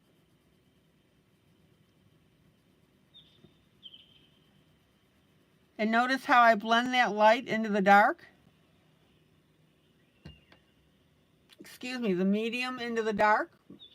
And then I come in with my lightest color.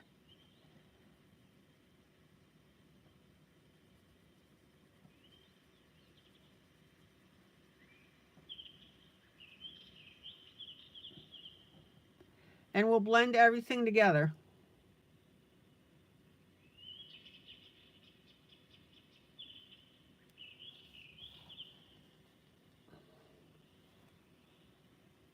Sarah, you have one of the best aunts in the world because she gets you or understands you.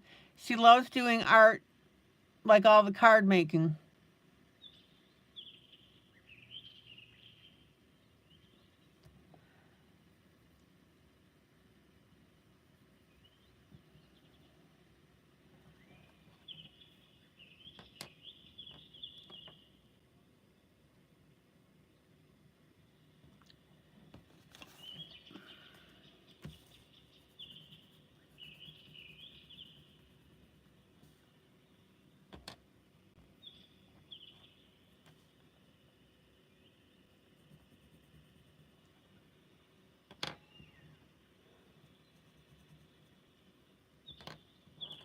And she gave you the pencils.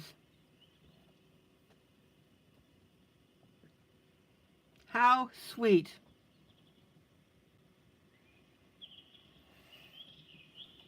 All right, let's get this back in focus here.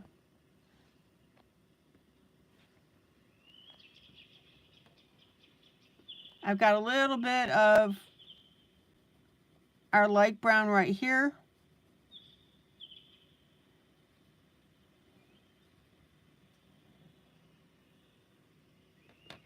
And I'm going to use a little bit of my white again.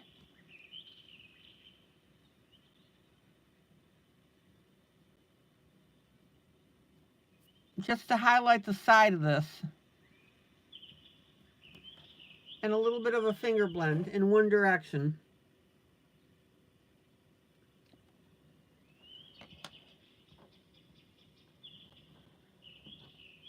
Okay. Up to the head. Dark.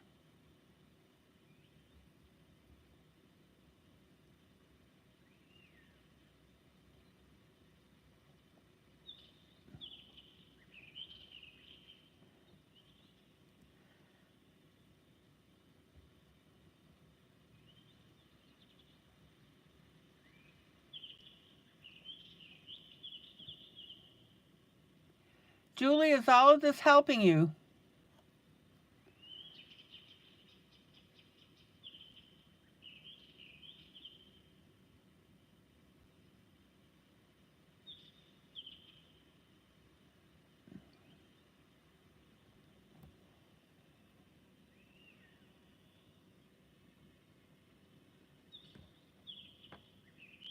Okay. And then, again, I'm going to go against the convention of the grayscale and go into my light coloring.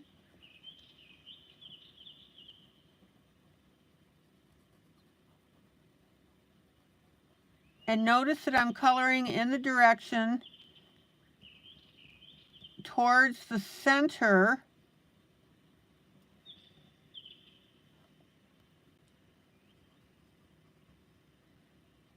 of the bear face.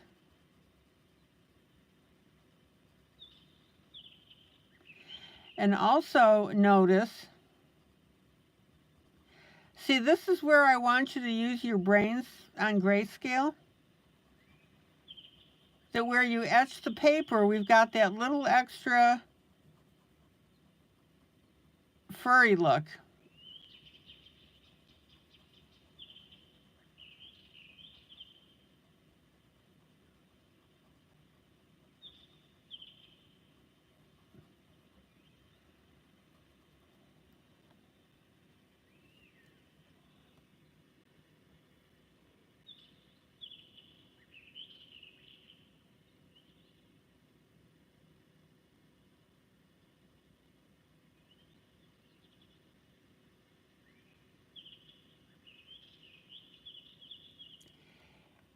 And then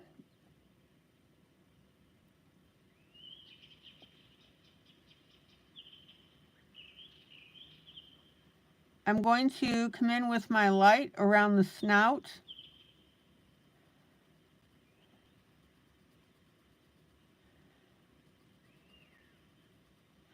And notice how that etching of the paper is making that fur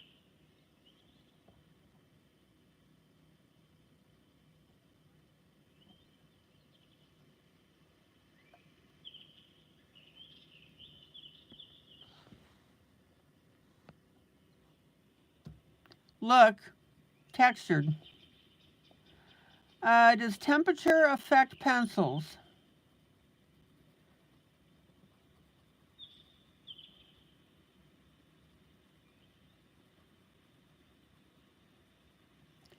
The only time I've noticed it is if it gets really cold. Sometimes my studio gets cold in the wintertime.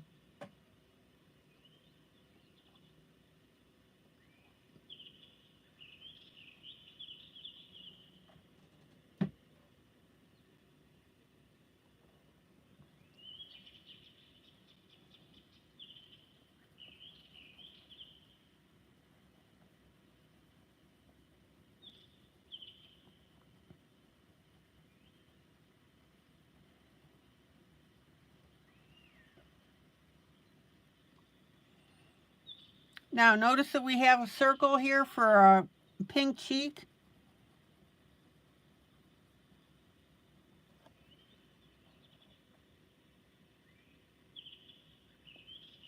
I'm leaving that open.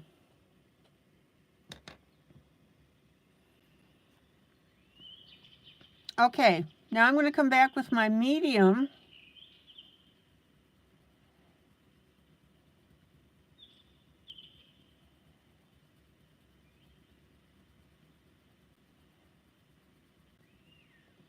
And notice that I'm coloring in the same direction. Oh, good night, Sandy.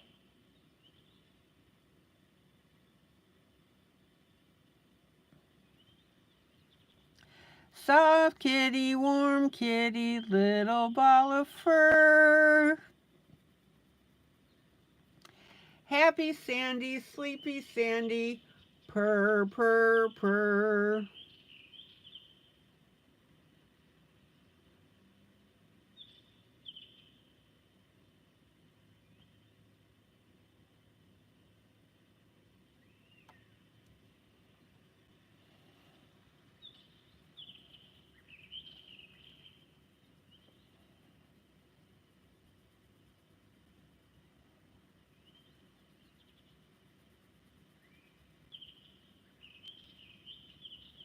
And notice how the scoring on the paper, again, makes the fur look more realistic.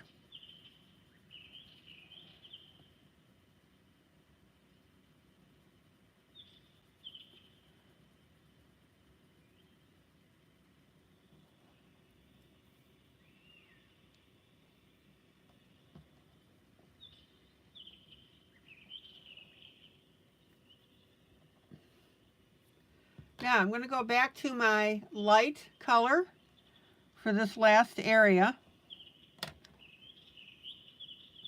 Actually, let me come in with a little more with my medium.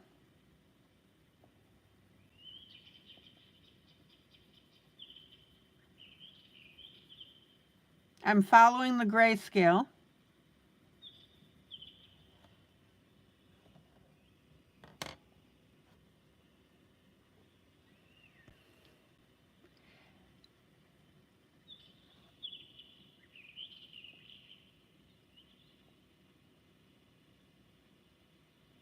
Oh, your friend and I each brought a Twisted Wonderland coloring book series. We're all mad about here, volume 1.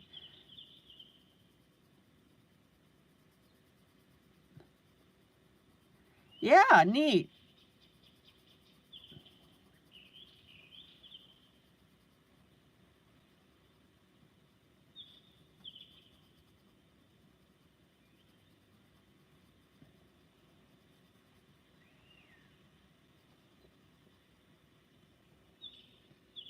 Now, a little bit of white.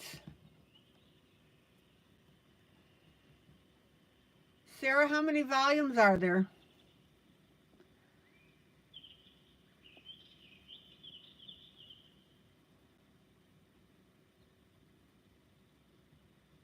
Okay, check out how I'm using my white to lighten that area. And I'm going in the direction of the fur etching.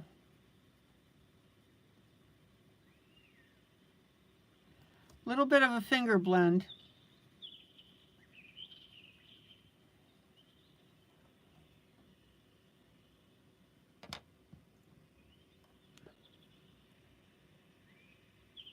Okay.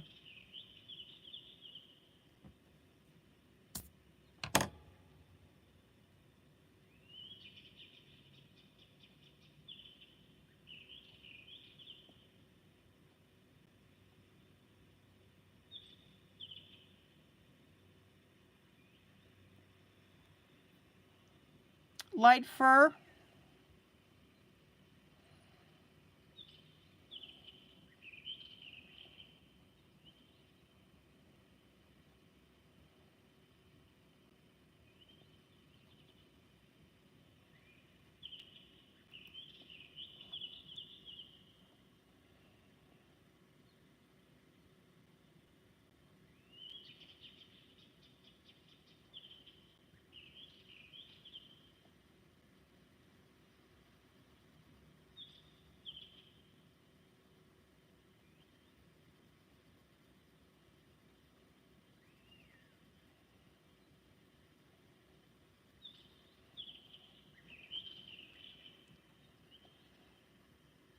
Isn't that ridiculously cute?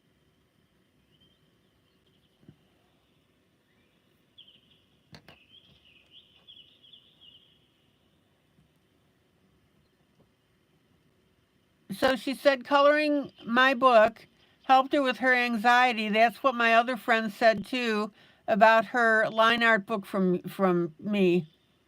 Oh, that's wonderful, Sarah. That's what I like to hear.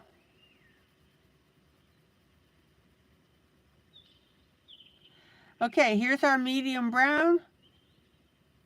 When I pick up my pencil to move, I turn the pencil just a little bit.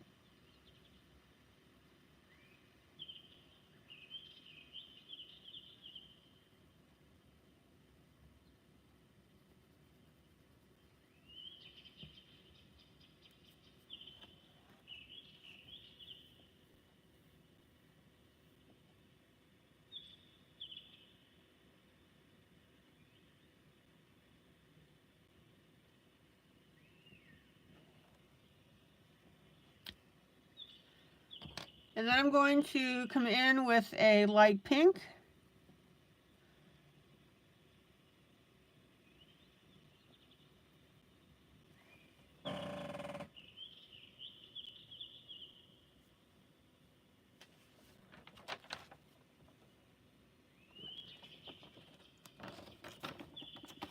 Let me double check something. I may have overcolored something. I did. Hold on. All right, we'll do the light pink.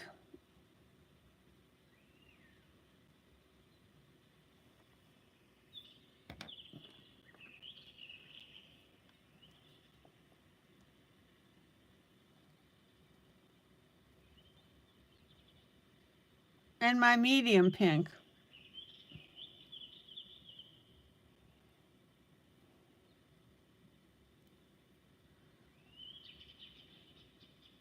Again, don't strangle your pencils.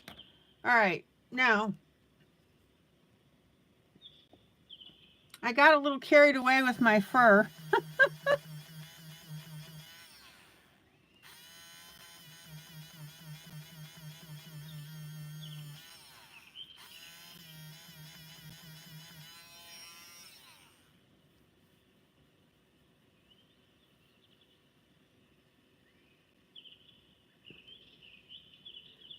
It was basically supposed to end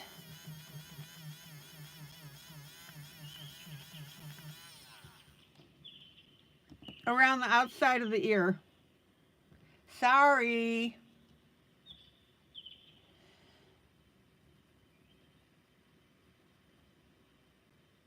There we go.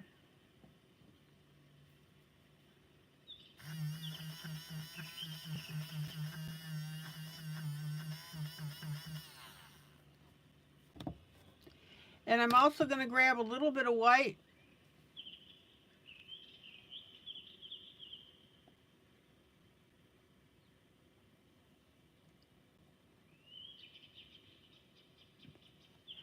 And we're going to highlight that ear.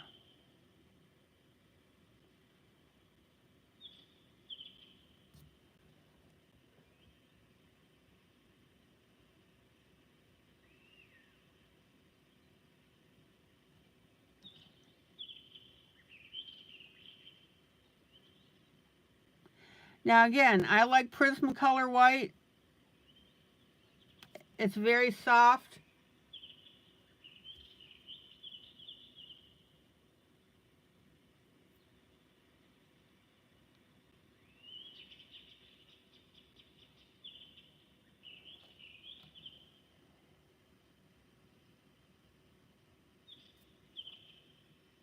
All right, let's pull out and take a look at that.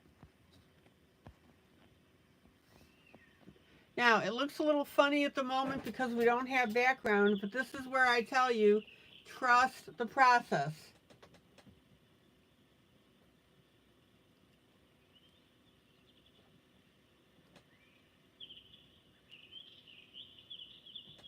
Too many people throw away or get frustrated with their images. You've got to give your piece a chance to develop. I tell you that all the time.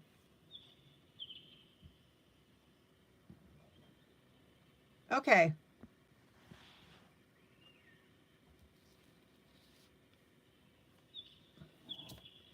Let's get a little cheeky here.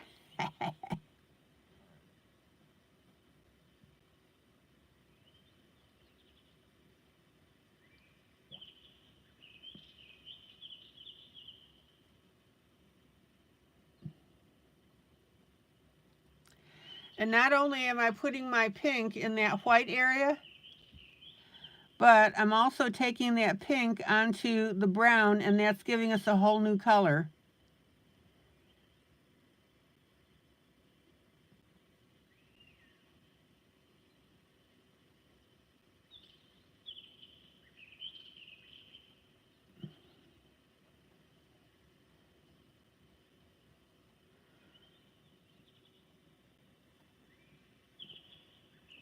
All right. Now, we don't have a cheek on the other side. So I need to take my electric eraser and I'm just going to erase that in.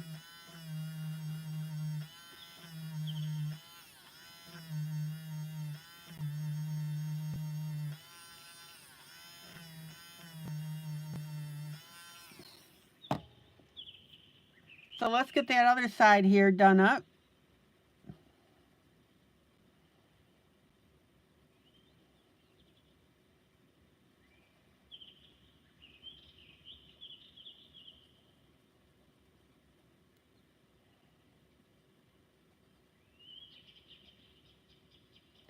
And notice again that I'm taking it a little larger than that circle onto the brown, and that's giving us an outline. Because when I put that pink on the brown, it darkens the brown a little bit. Cute little trick.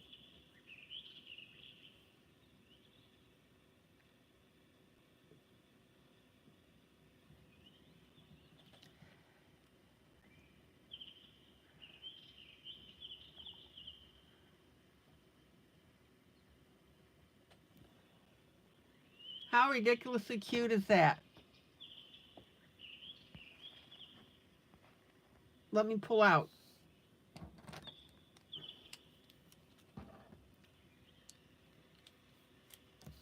Any questions so far?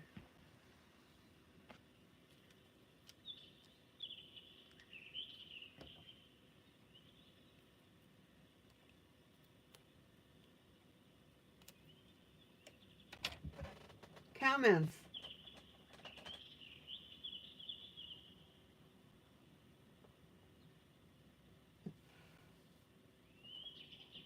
Any reason why you wouldn't feel that that's doable?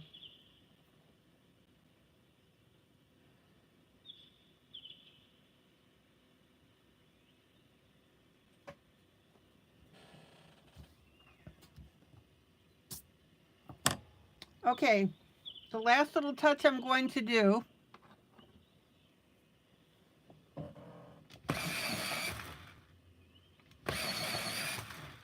I cannot believe how much thicker these Faber-Castells are. I'm going to put a little bit of shadow underneath that rose, and that's going to give us our dimension.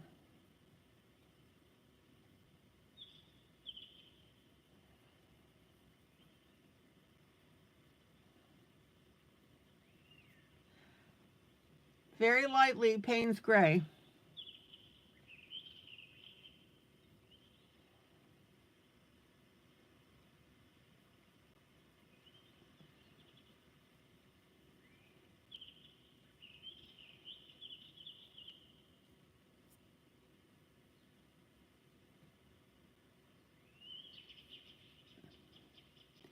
And notice how that starts to float our rose.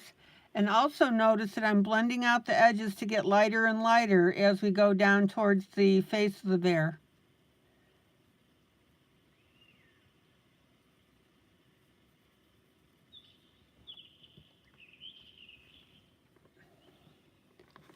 And while I'm thinking of it,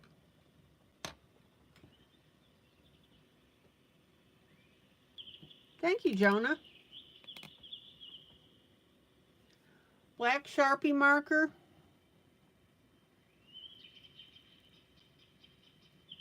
Ultra fine.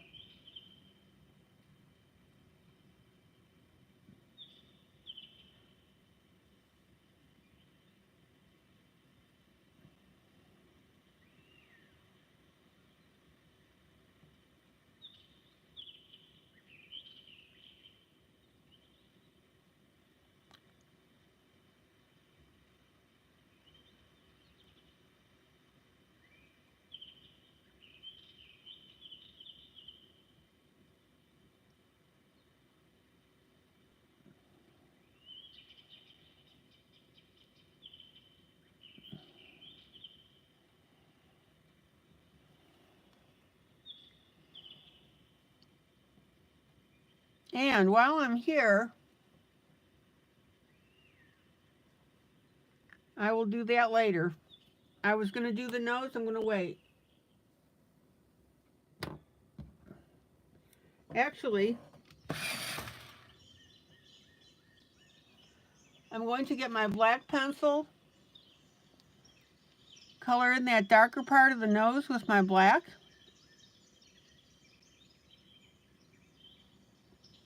See, we even want dimension on the nose.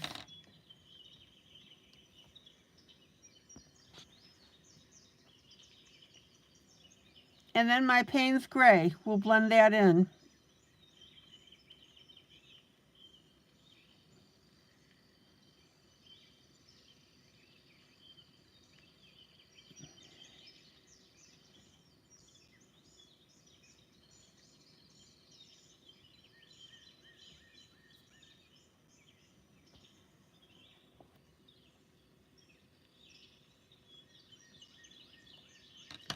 And if you can carry it off,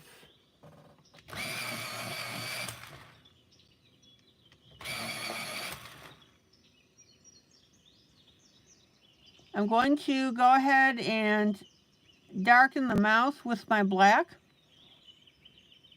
Make sure that your point of your pencil is very sharp.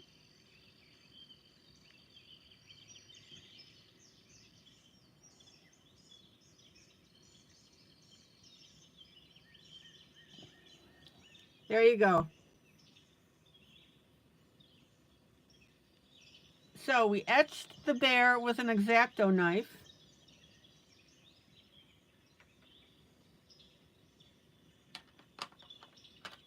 We colored the fur, the cheeks, the footy, and the ear. And we're starting up on the face. And we shadowed the rose.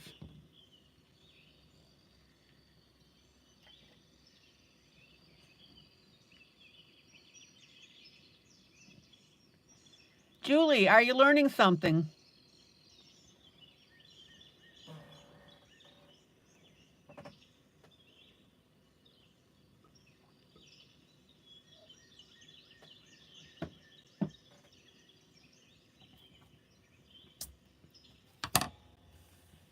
Next project.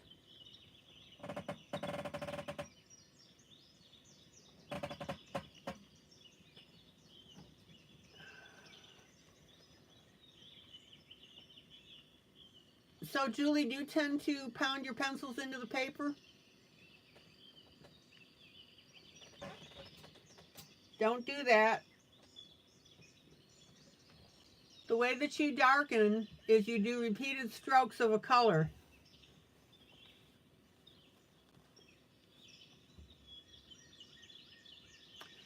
Tam Tam, good night.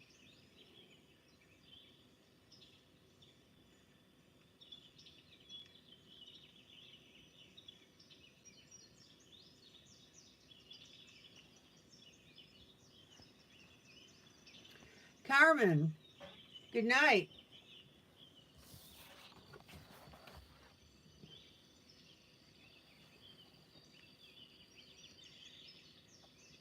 Carmen, I'm glad you felt well enough to come in.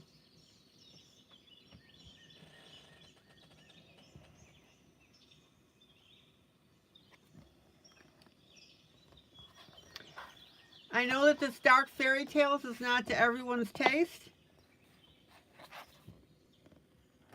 Perfectly fine.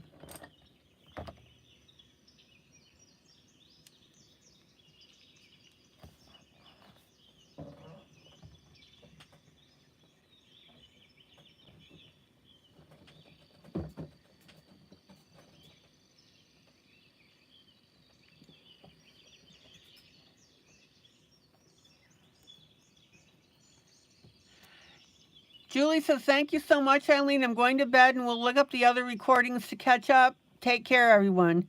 Julie, lovely to meet you.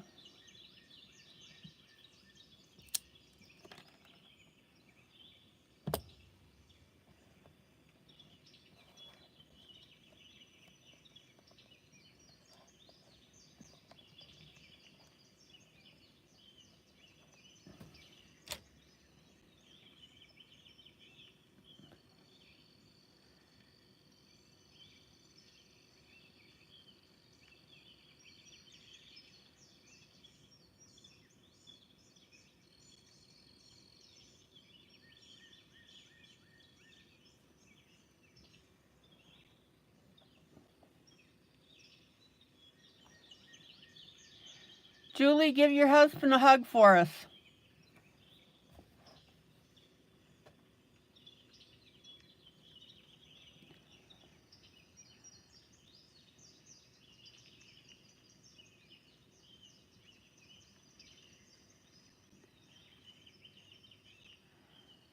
Okay.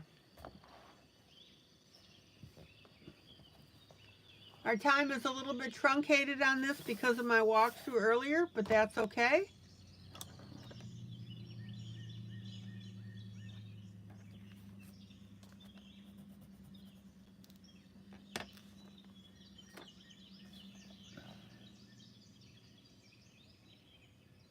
Oh, Carmen, doctor's appointment tomorrow. Please tell us how it went.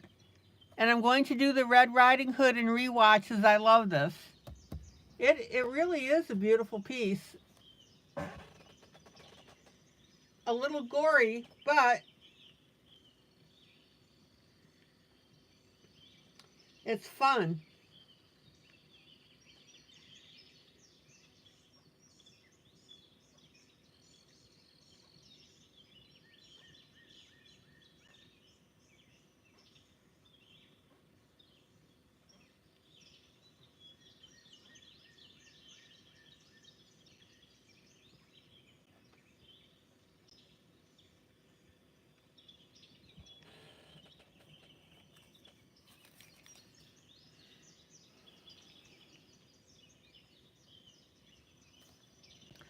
Okay, more flowers. Now, what I'm going to do is I'm going to mix blues and purple for the flowers.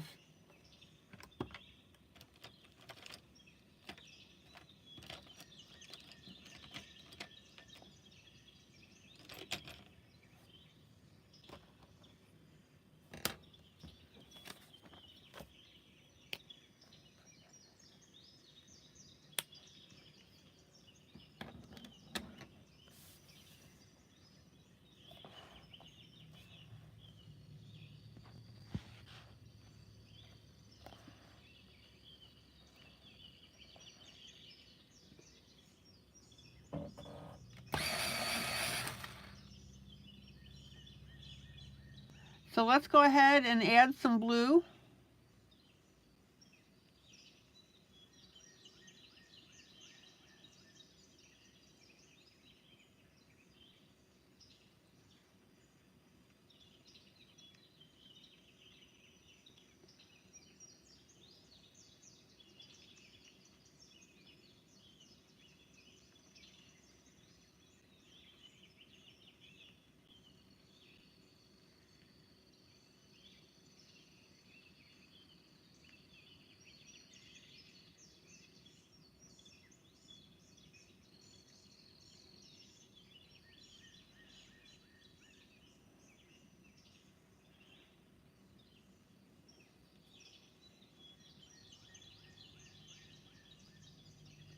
Janie, good night.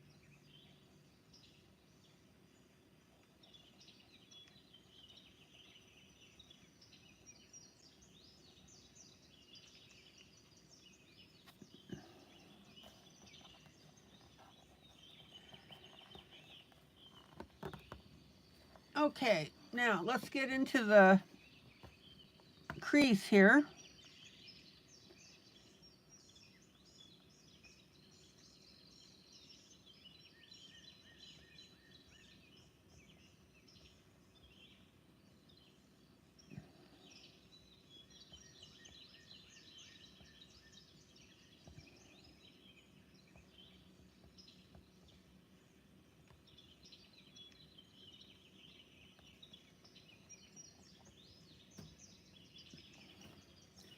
And then I'm going to start working up this tree. Okay, the new coloring, A Twisted Wonderland series, has 4. Yeah, Sarah, shoot me a picture of one of them, would you, on Messenger?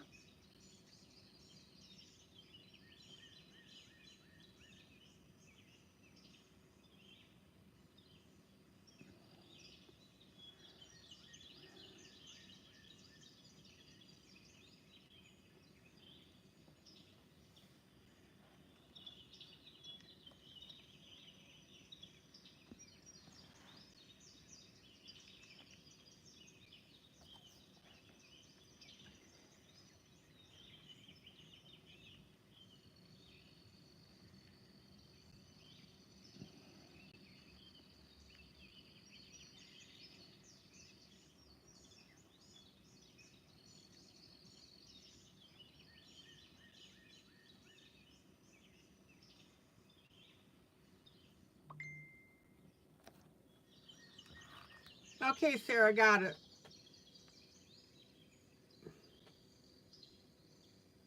Oh, okay.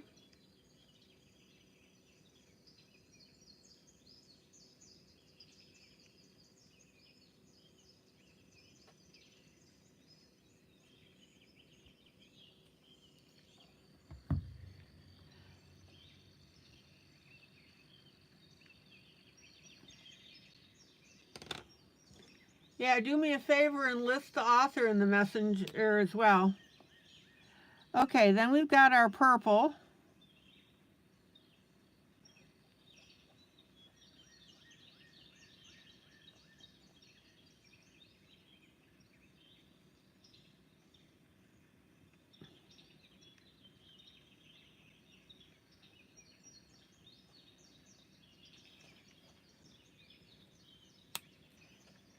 And then we've got our blue again.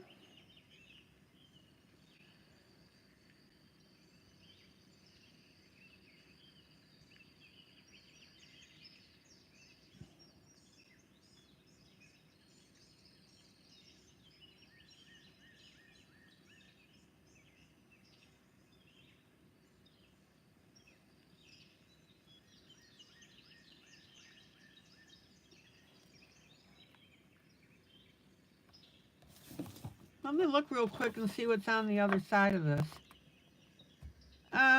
Oh, the three little pigs. All right.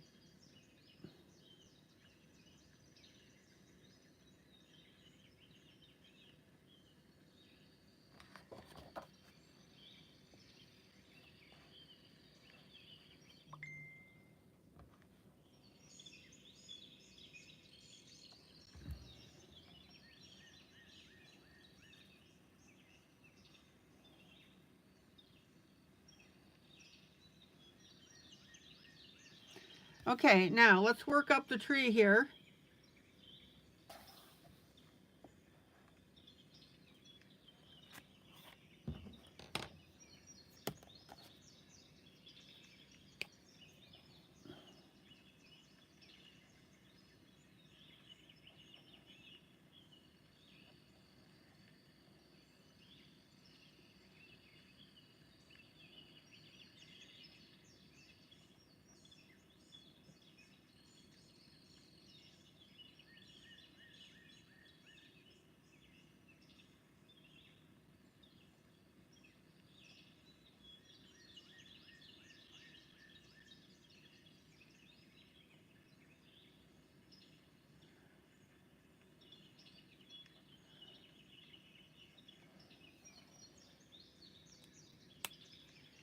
And then we'll go with our blue again.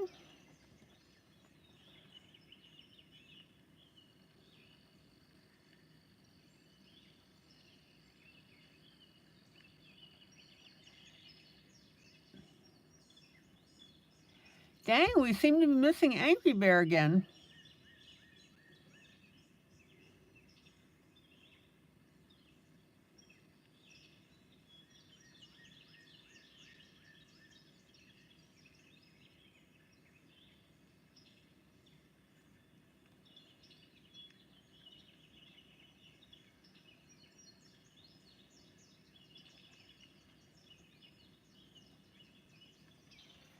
Oh man, that's pretty. Okay.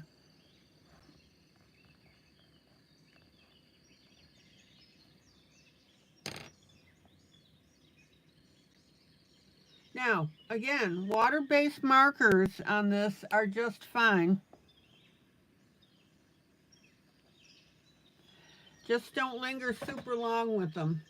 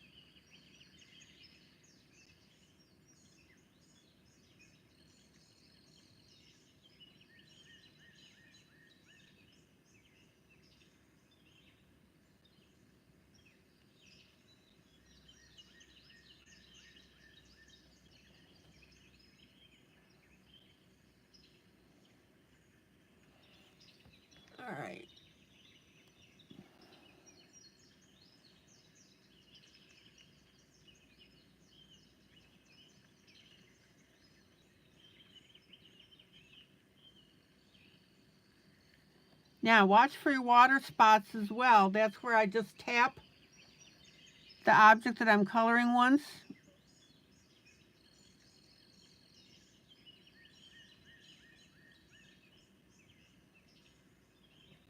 It hasn't been too much of a problem with these flowers.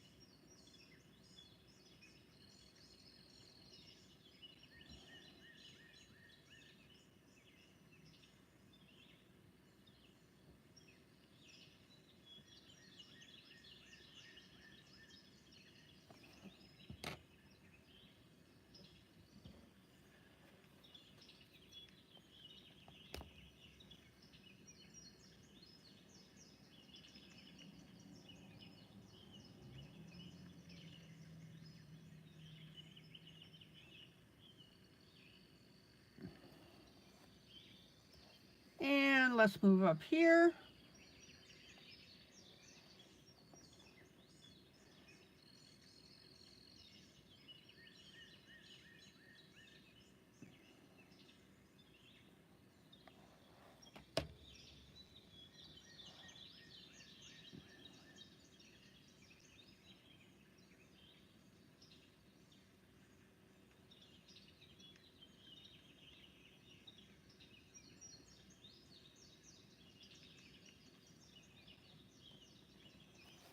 And let's move down here.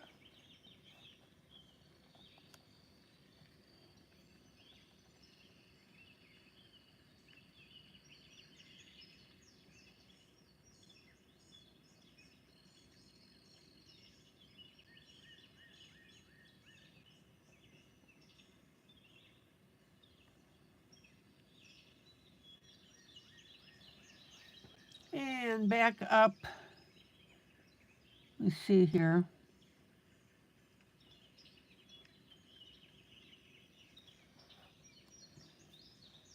Back up here at the top.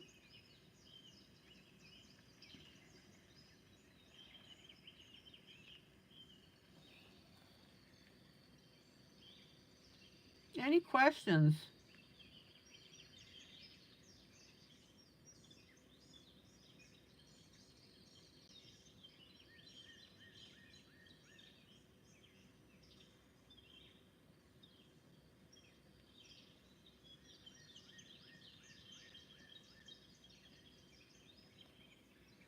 And let's get our blue.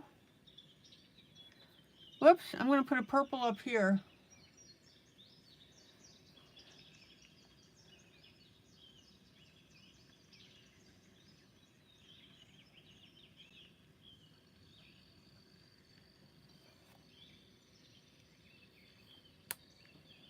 All right. Then let's come in with our blue.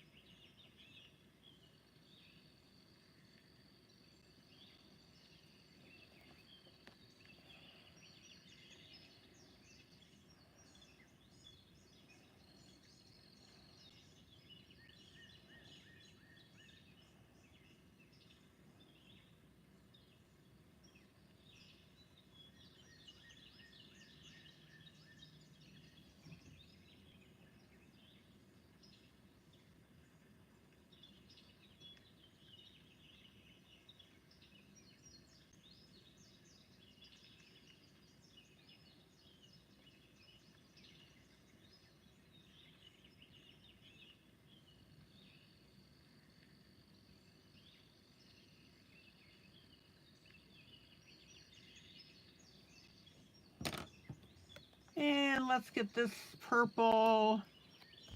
Let's see, we've got this cluster over here.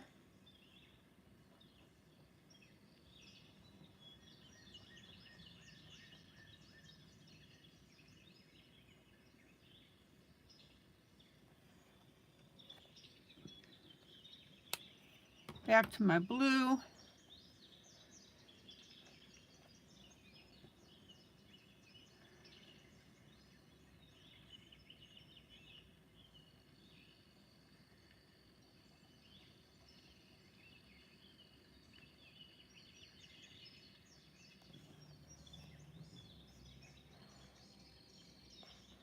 And over to our right.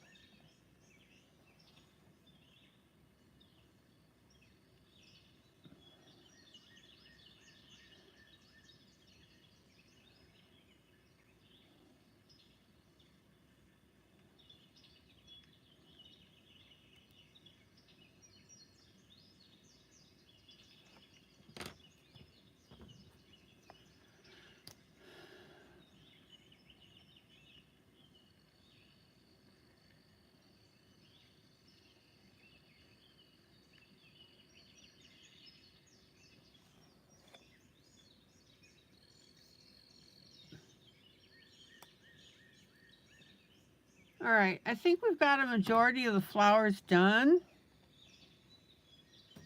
at least in this area, but you know I've probably missed one or two. Let's take a look at how that looks.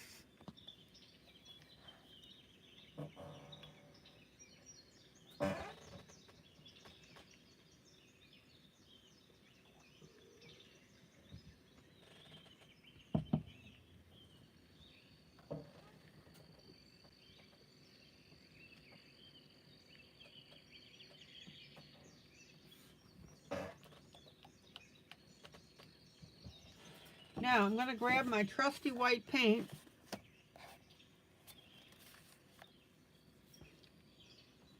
This is my go-to. It's just a matte acrylic paint, quick drying, easy cleanup. Snow White. It happens to be an Apple brand. If you buy white paint, be sure that you get matte.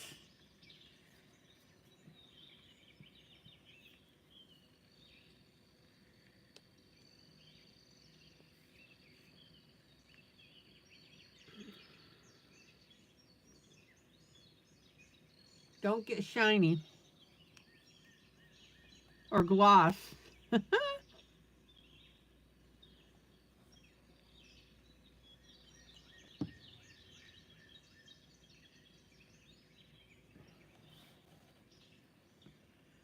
Okay, so let's add some visual interest to these flowers. Now, if you're right-handed and you're smart,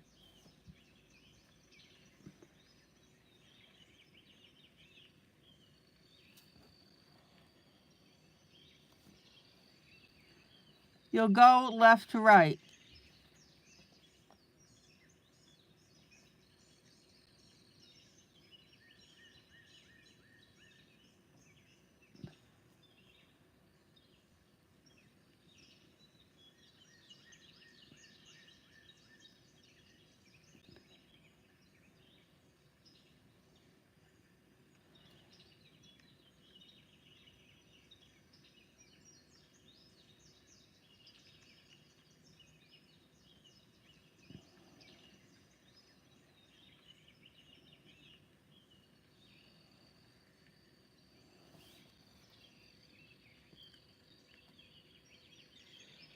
Let's see if I can fix that big blob there. Didn't mean to get that big with it.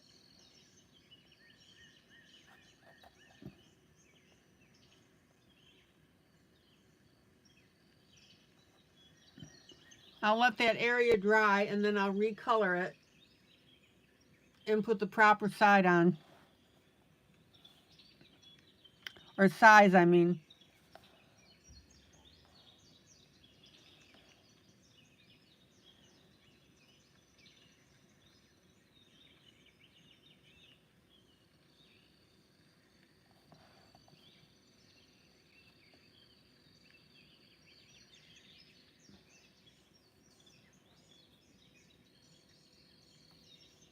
Now, this will look pretty cool when we get our surrounding colors around it of the tree.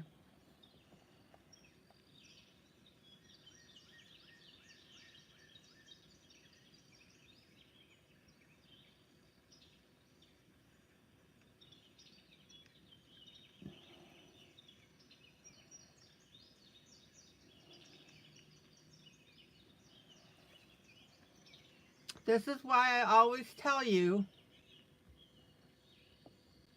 to trust the process. And what that means is don't start making judgments about your coloring page early in the project.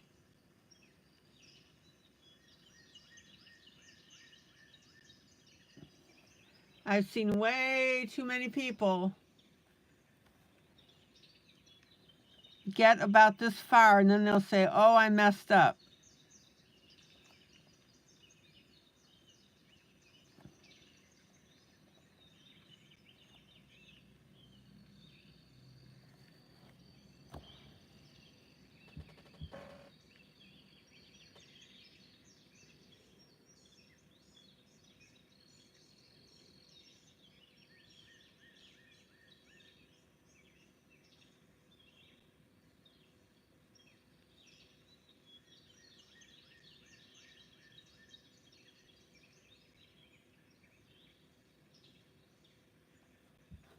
All right, let's go over here.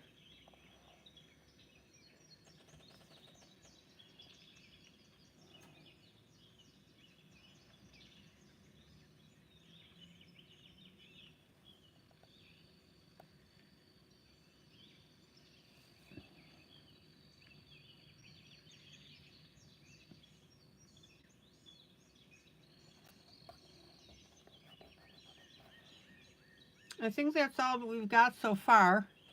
So I got this big blotch of white paint, overloaded my paper onto what I needed, but that's okay.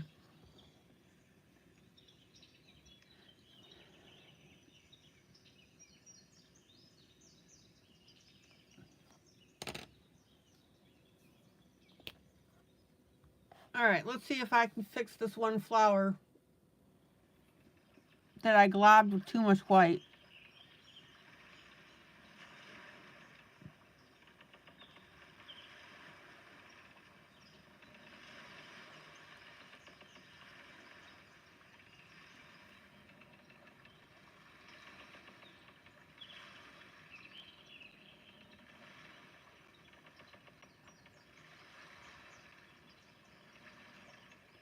Now I've got to let that marker dry a minute.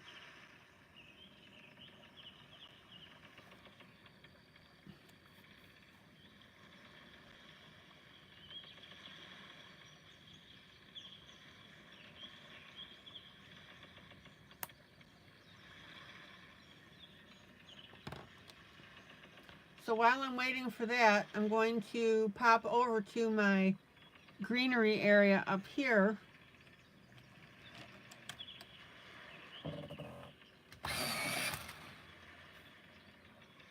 And let's get that focused.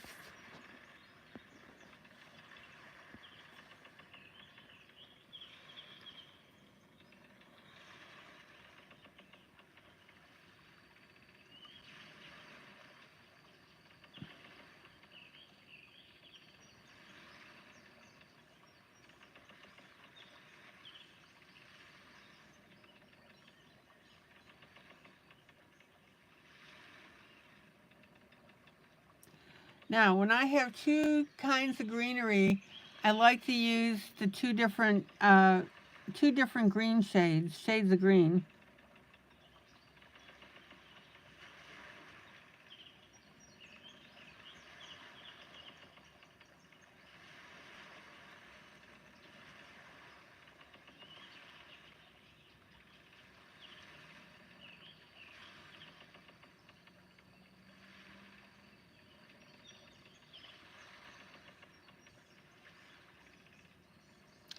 And what I like to do is I'm going to take the second green that I just put on here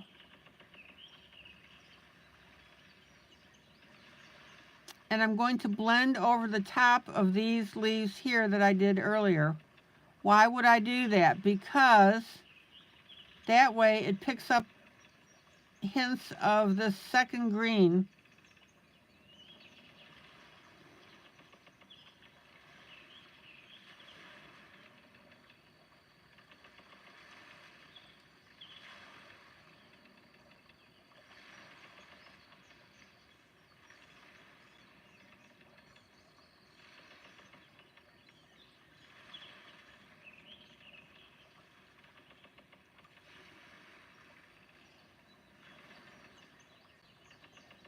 Okay.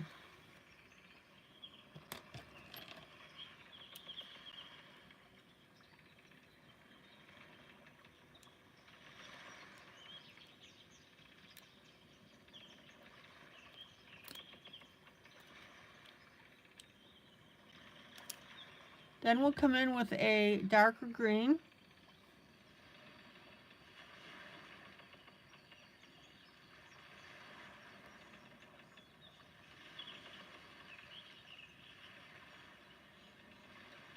And we'll shade in between that lighter green.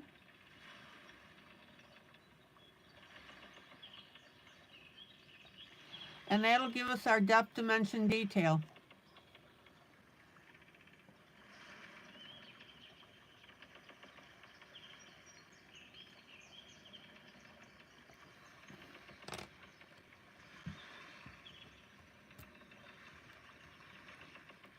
Okay, back with my toothpick on my flower here.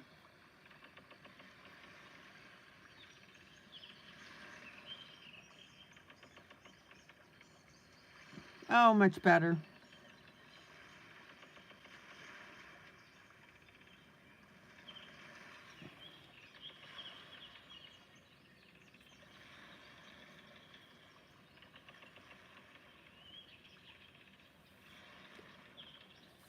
Okay, let's pop in some more green while we're here.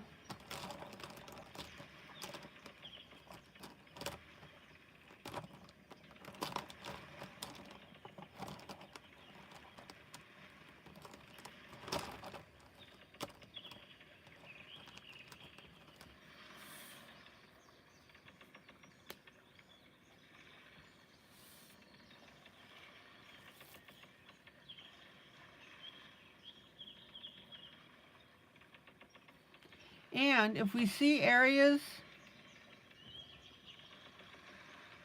where we have a couple more flowers,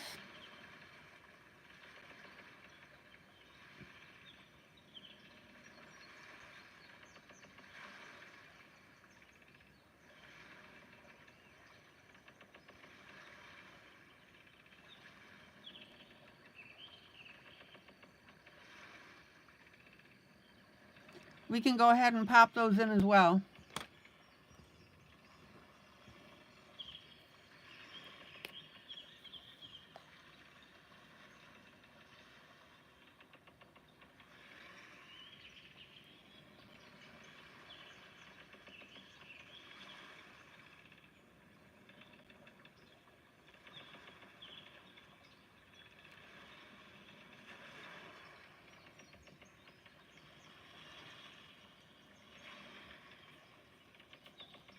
Now, why do we put so much detail in our books?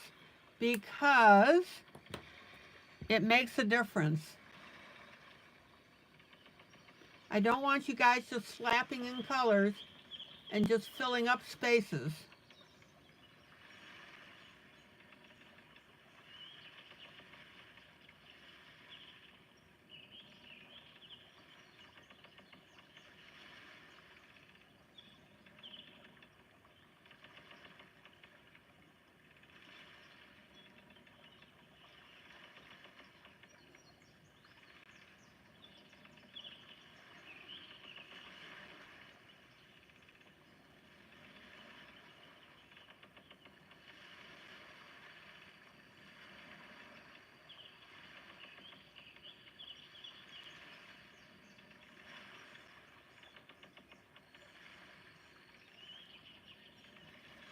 And notice how by filling in this green, it really starts to make our flowers pop.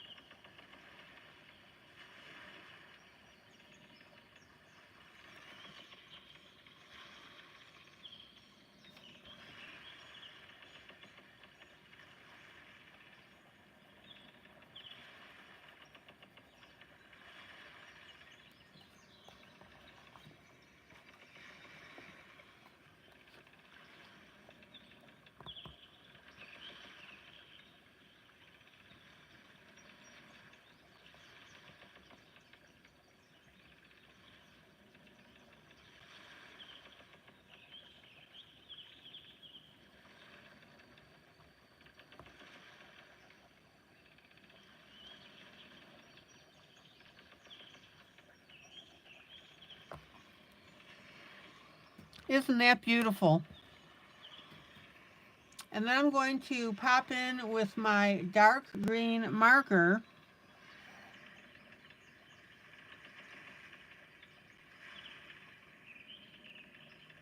And I'm going to shade that secondary green on top of my pencil.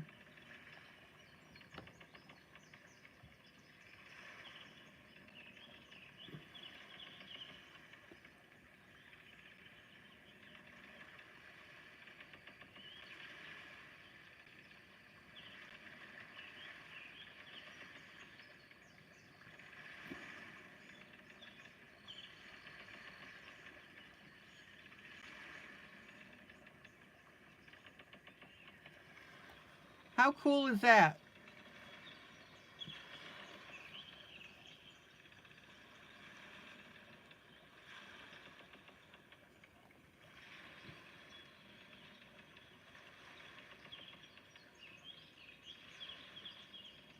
Now, if my paint hasn't dried completely, because it dries very quickly,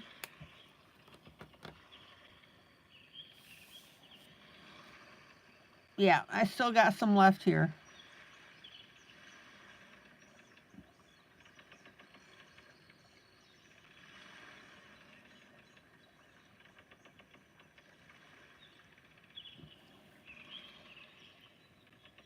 We'll go ahead and get these dots on here.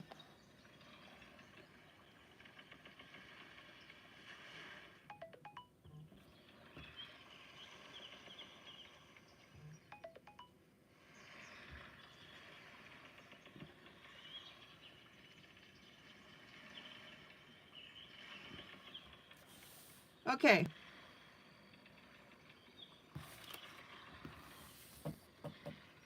Let me pull out. It looks really cool.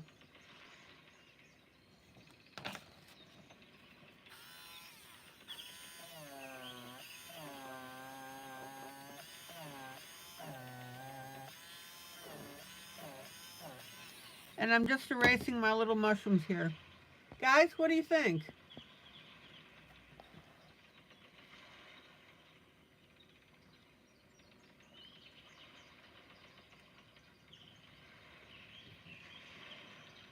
A little time consuming, but well worth it.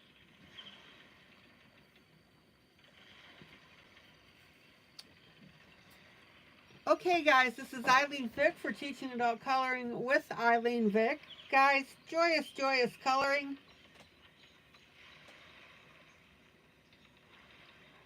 We got a lot done tonight. Excuse me.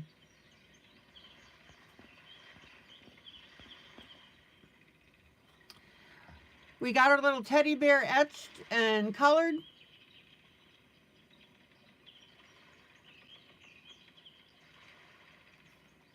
Cute as a button. And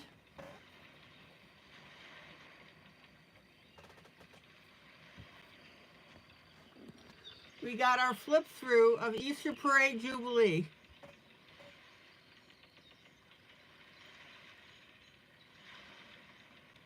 It's a lovely little book. I think you're going to enjoy it. Isn't that cool?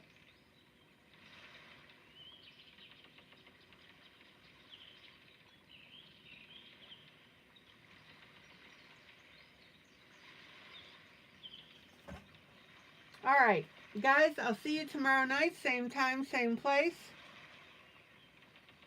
Have a great rest of the evening. Love on each other. That's what our group is known for. Isn't that great to be part of a group that has that reputation?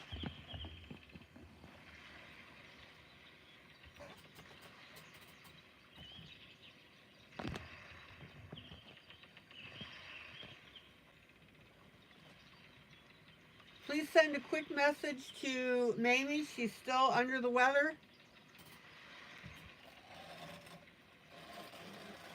I'm sure she would love to hear from you. All right, guys, take care. Welcome to all our new members.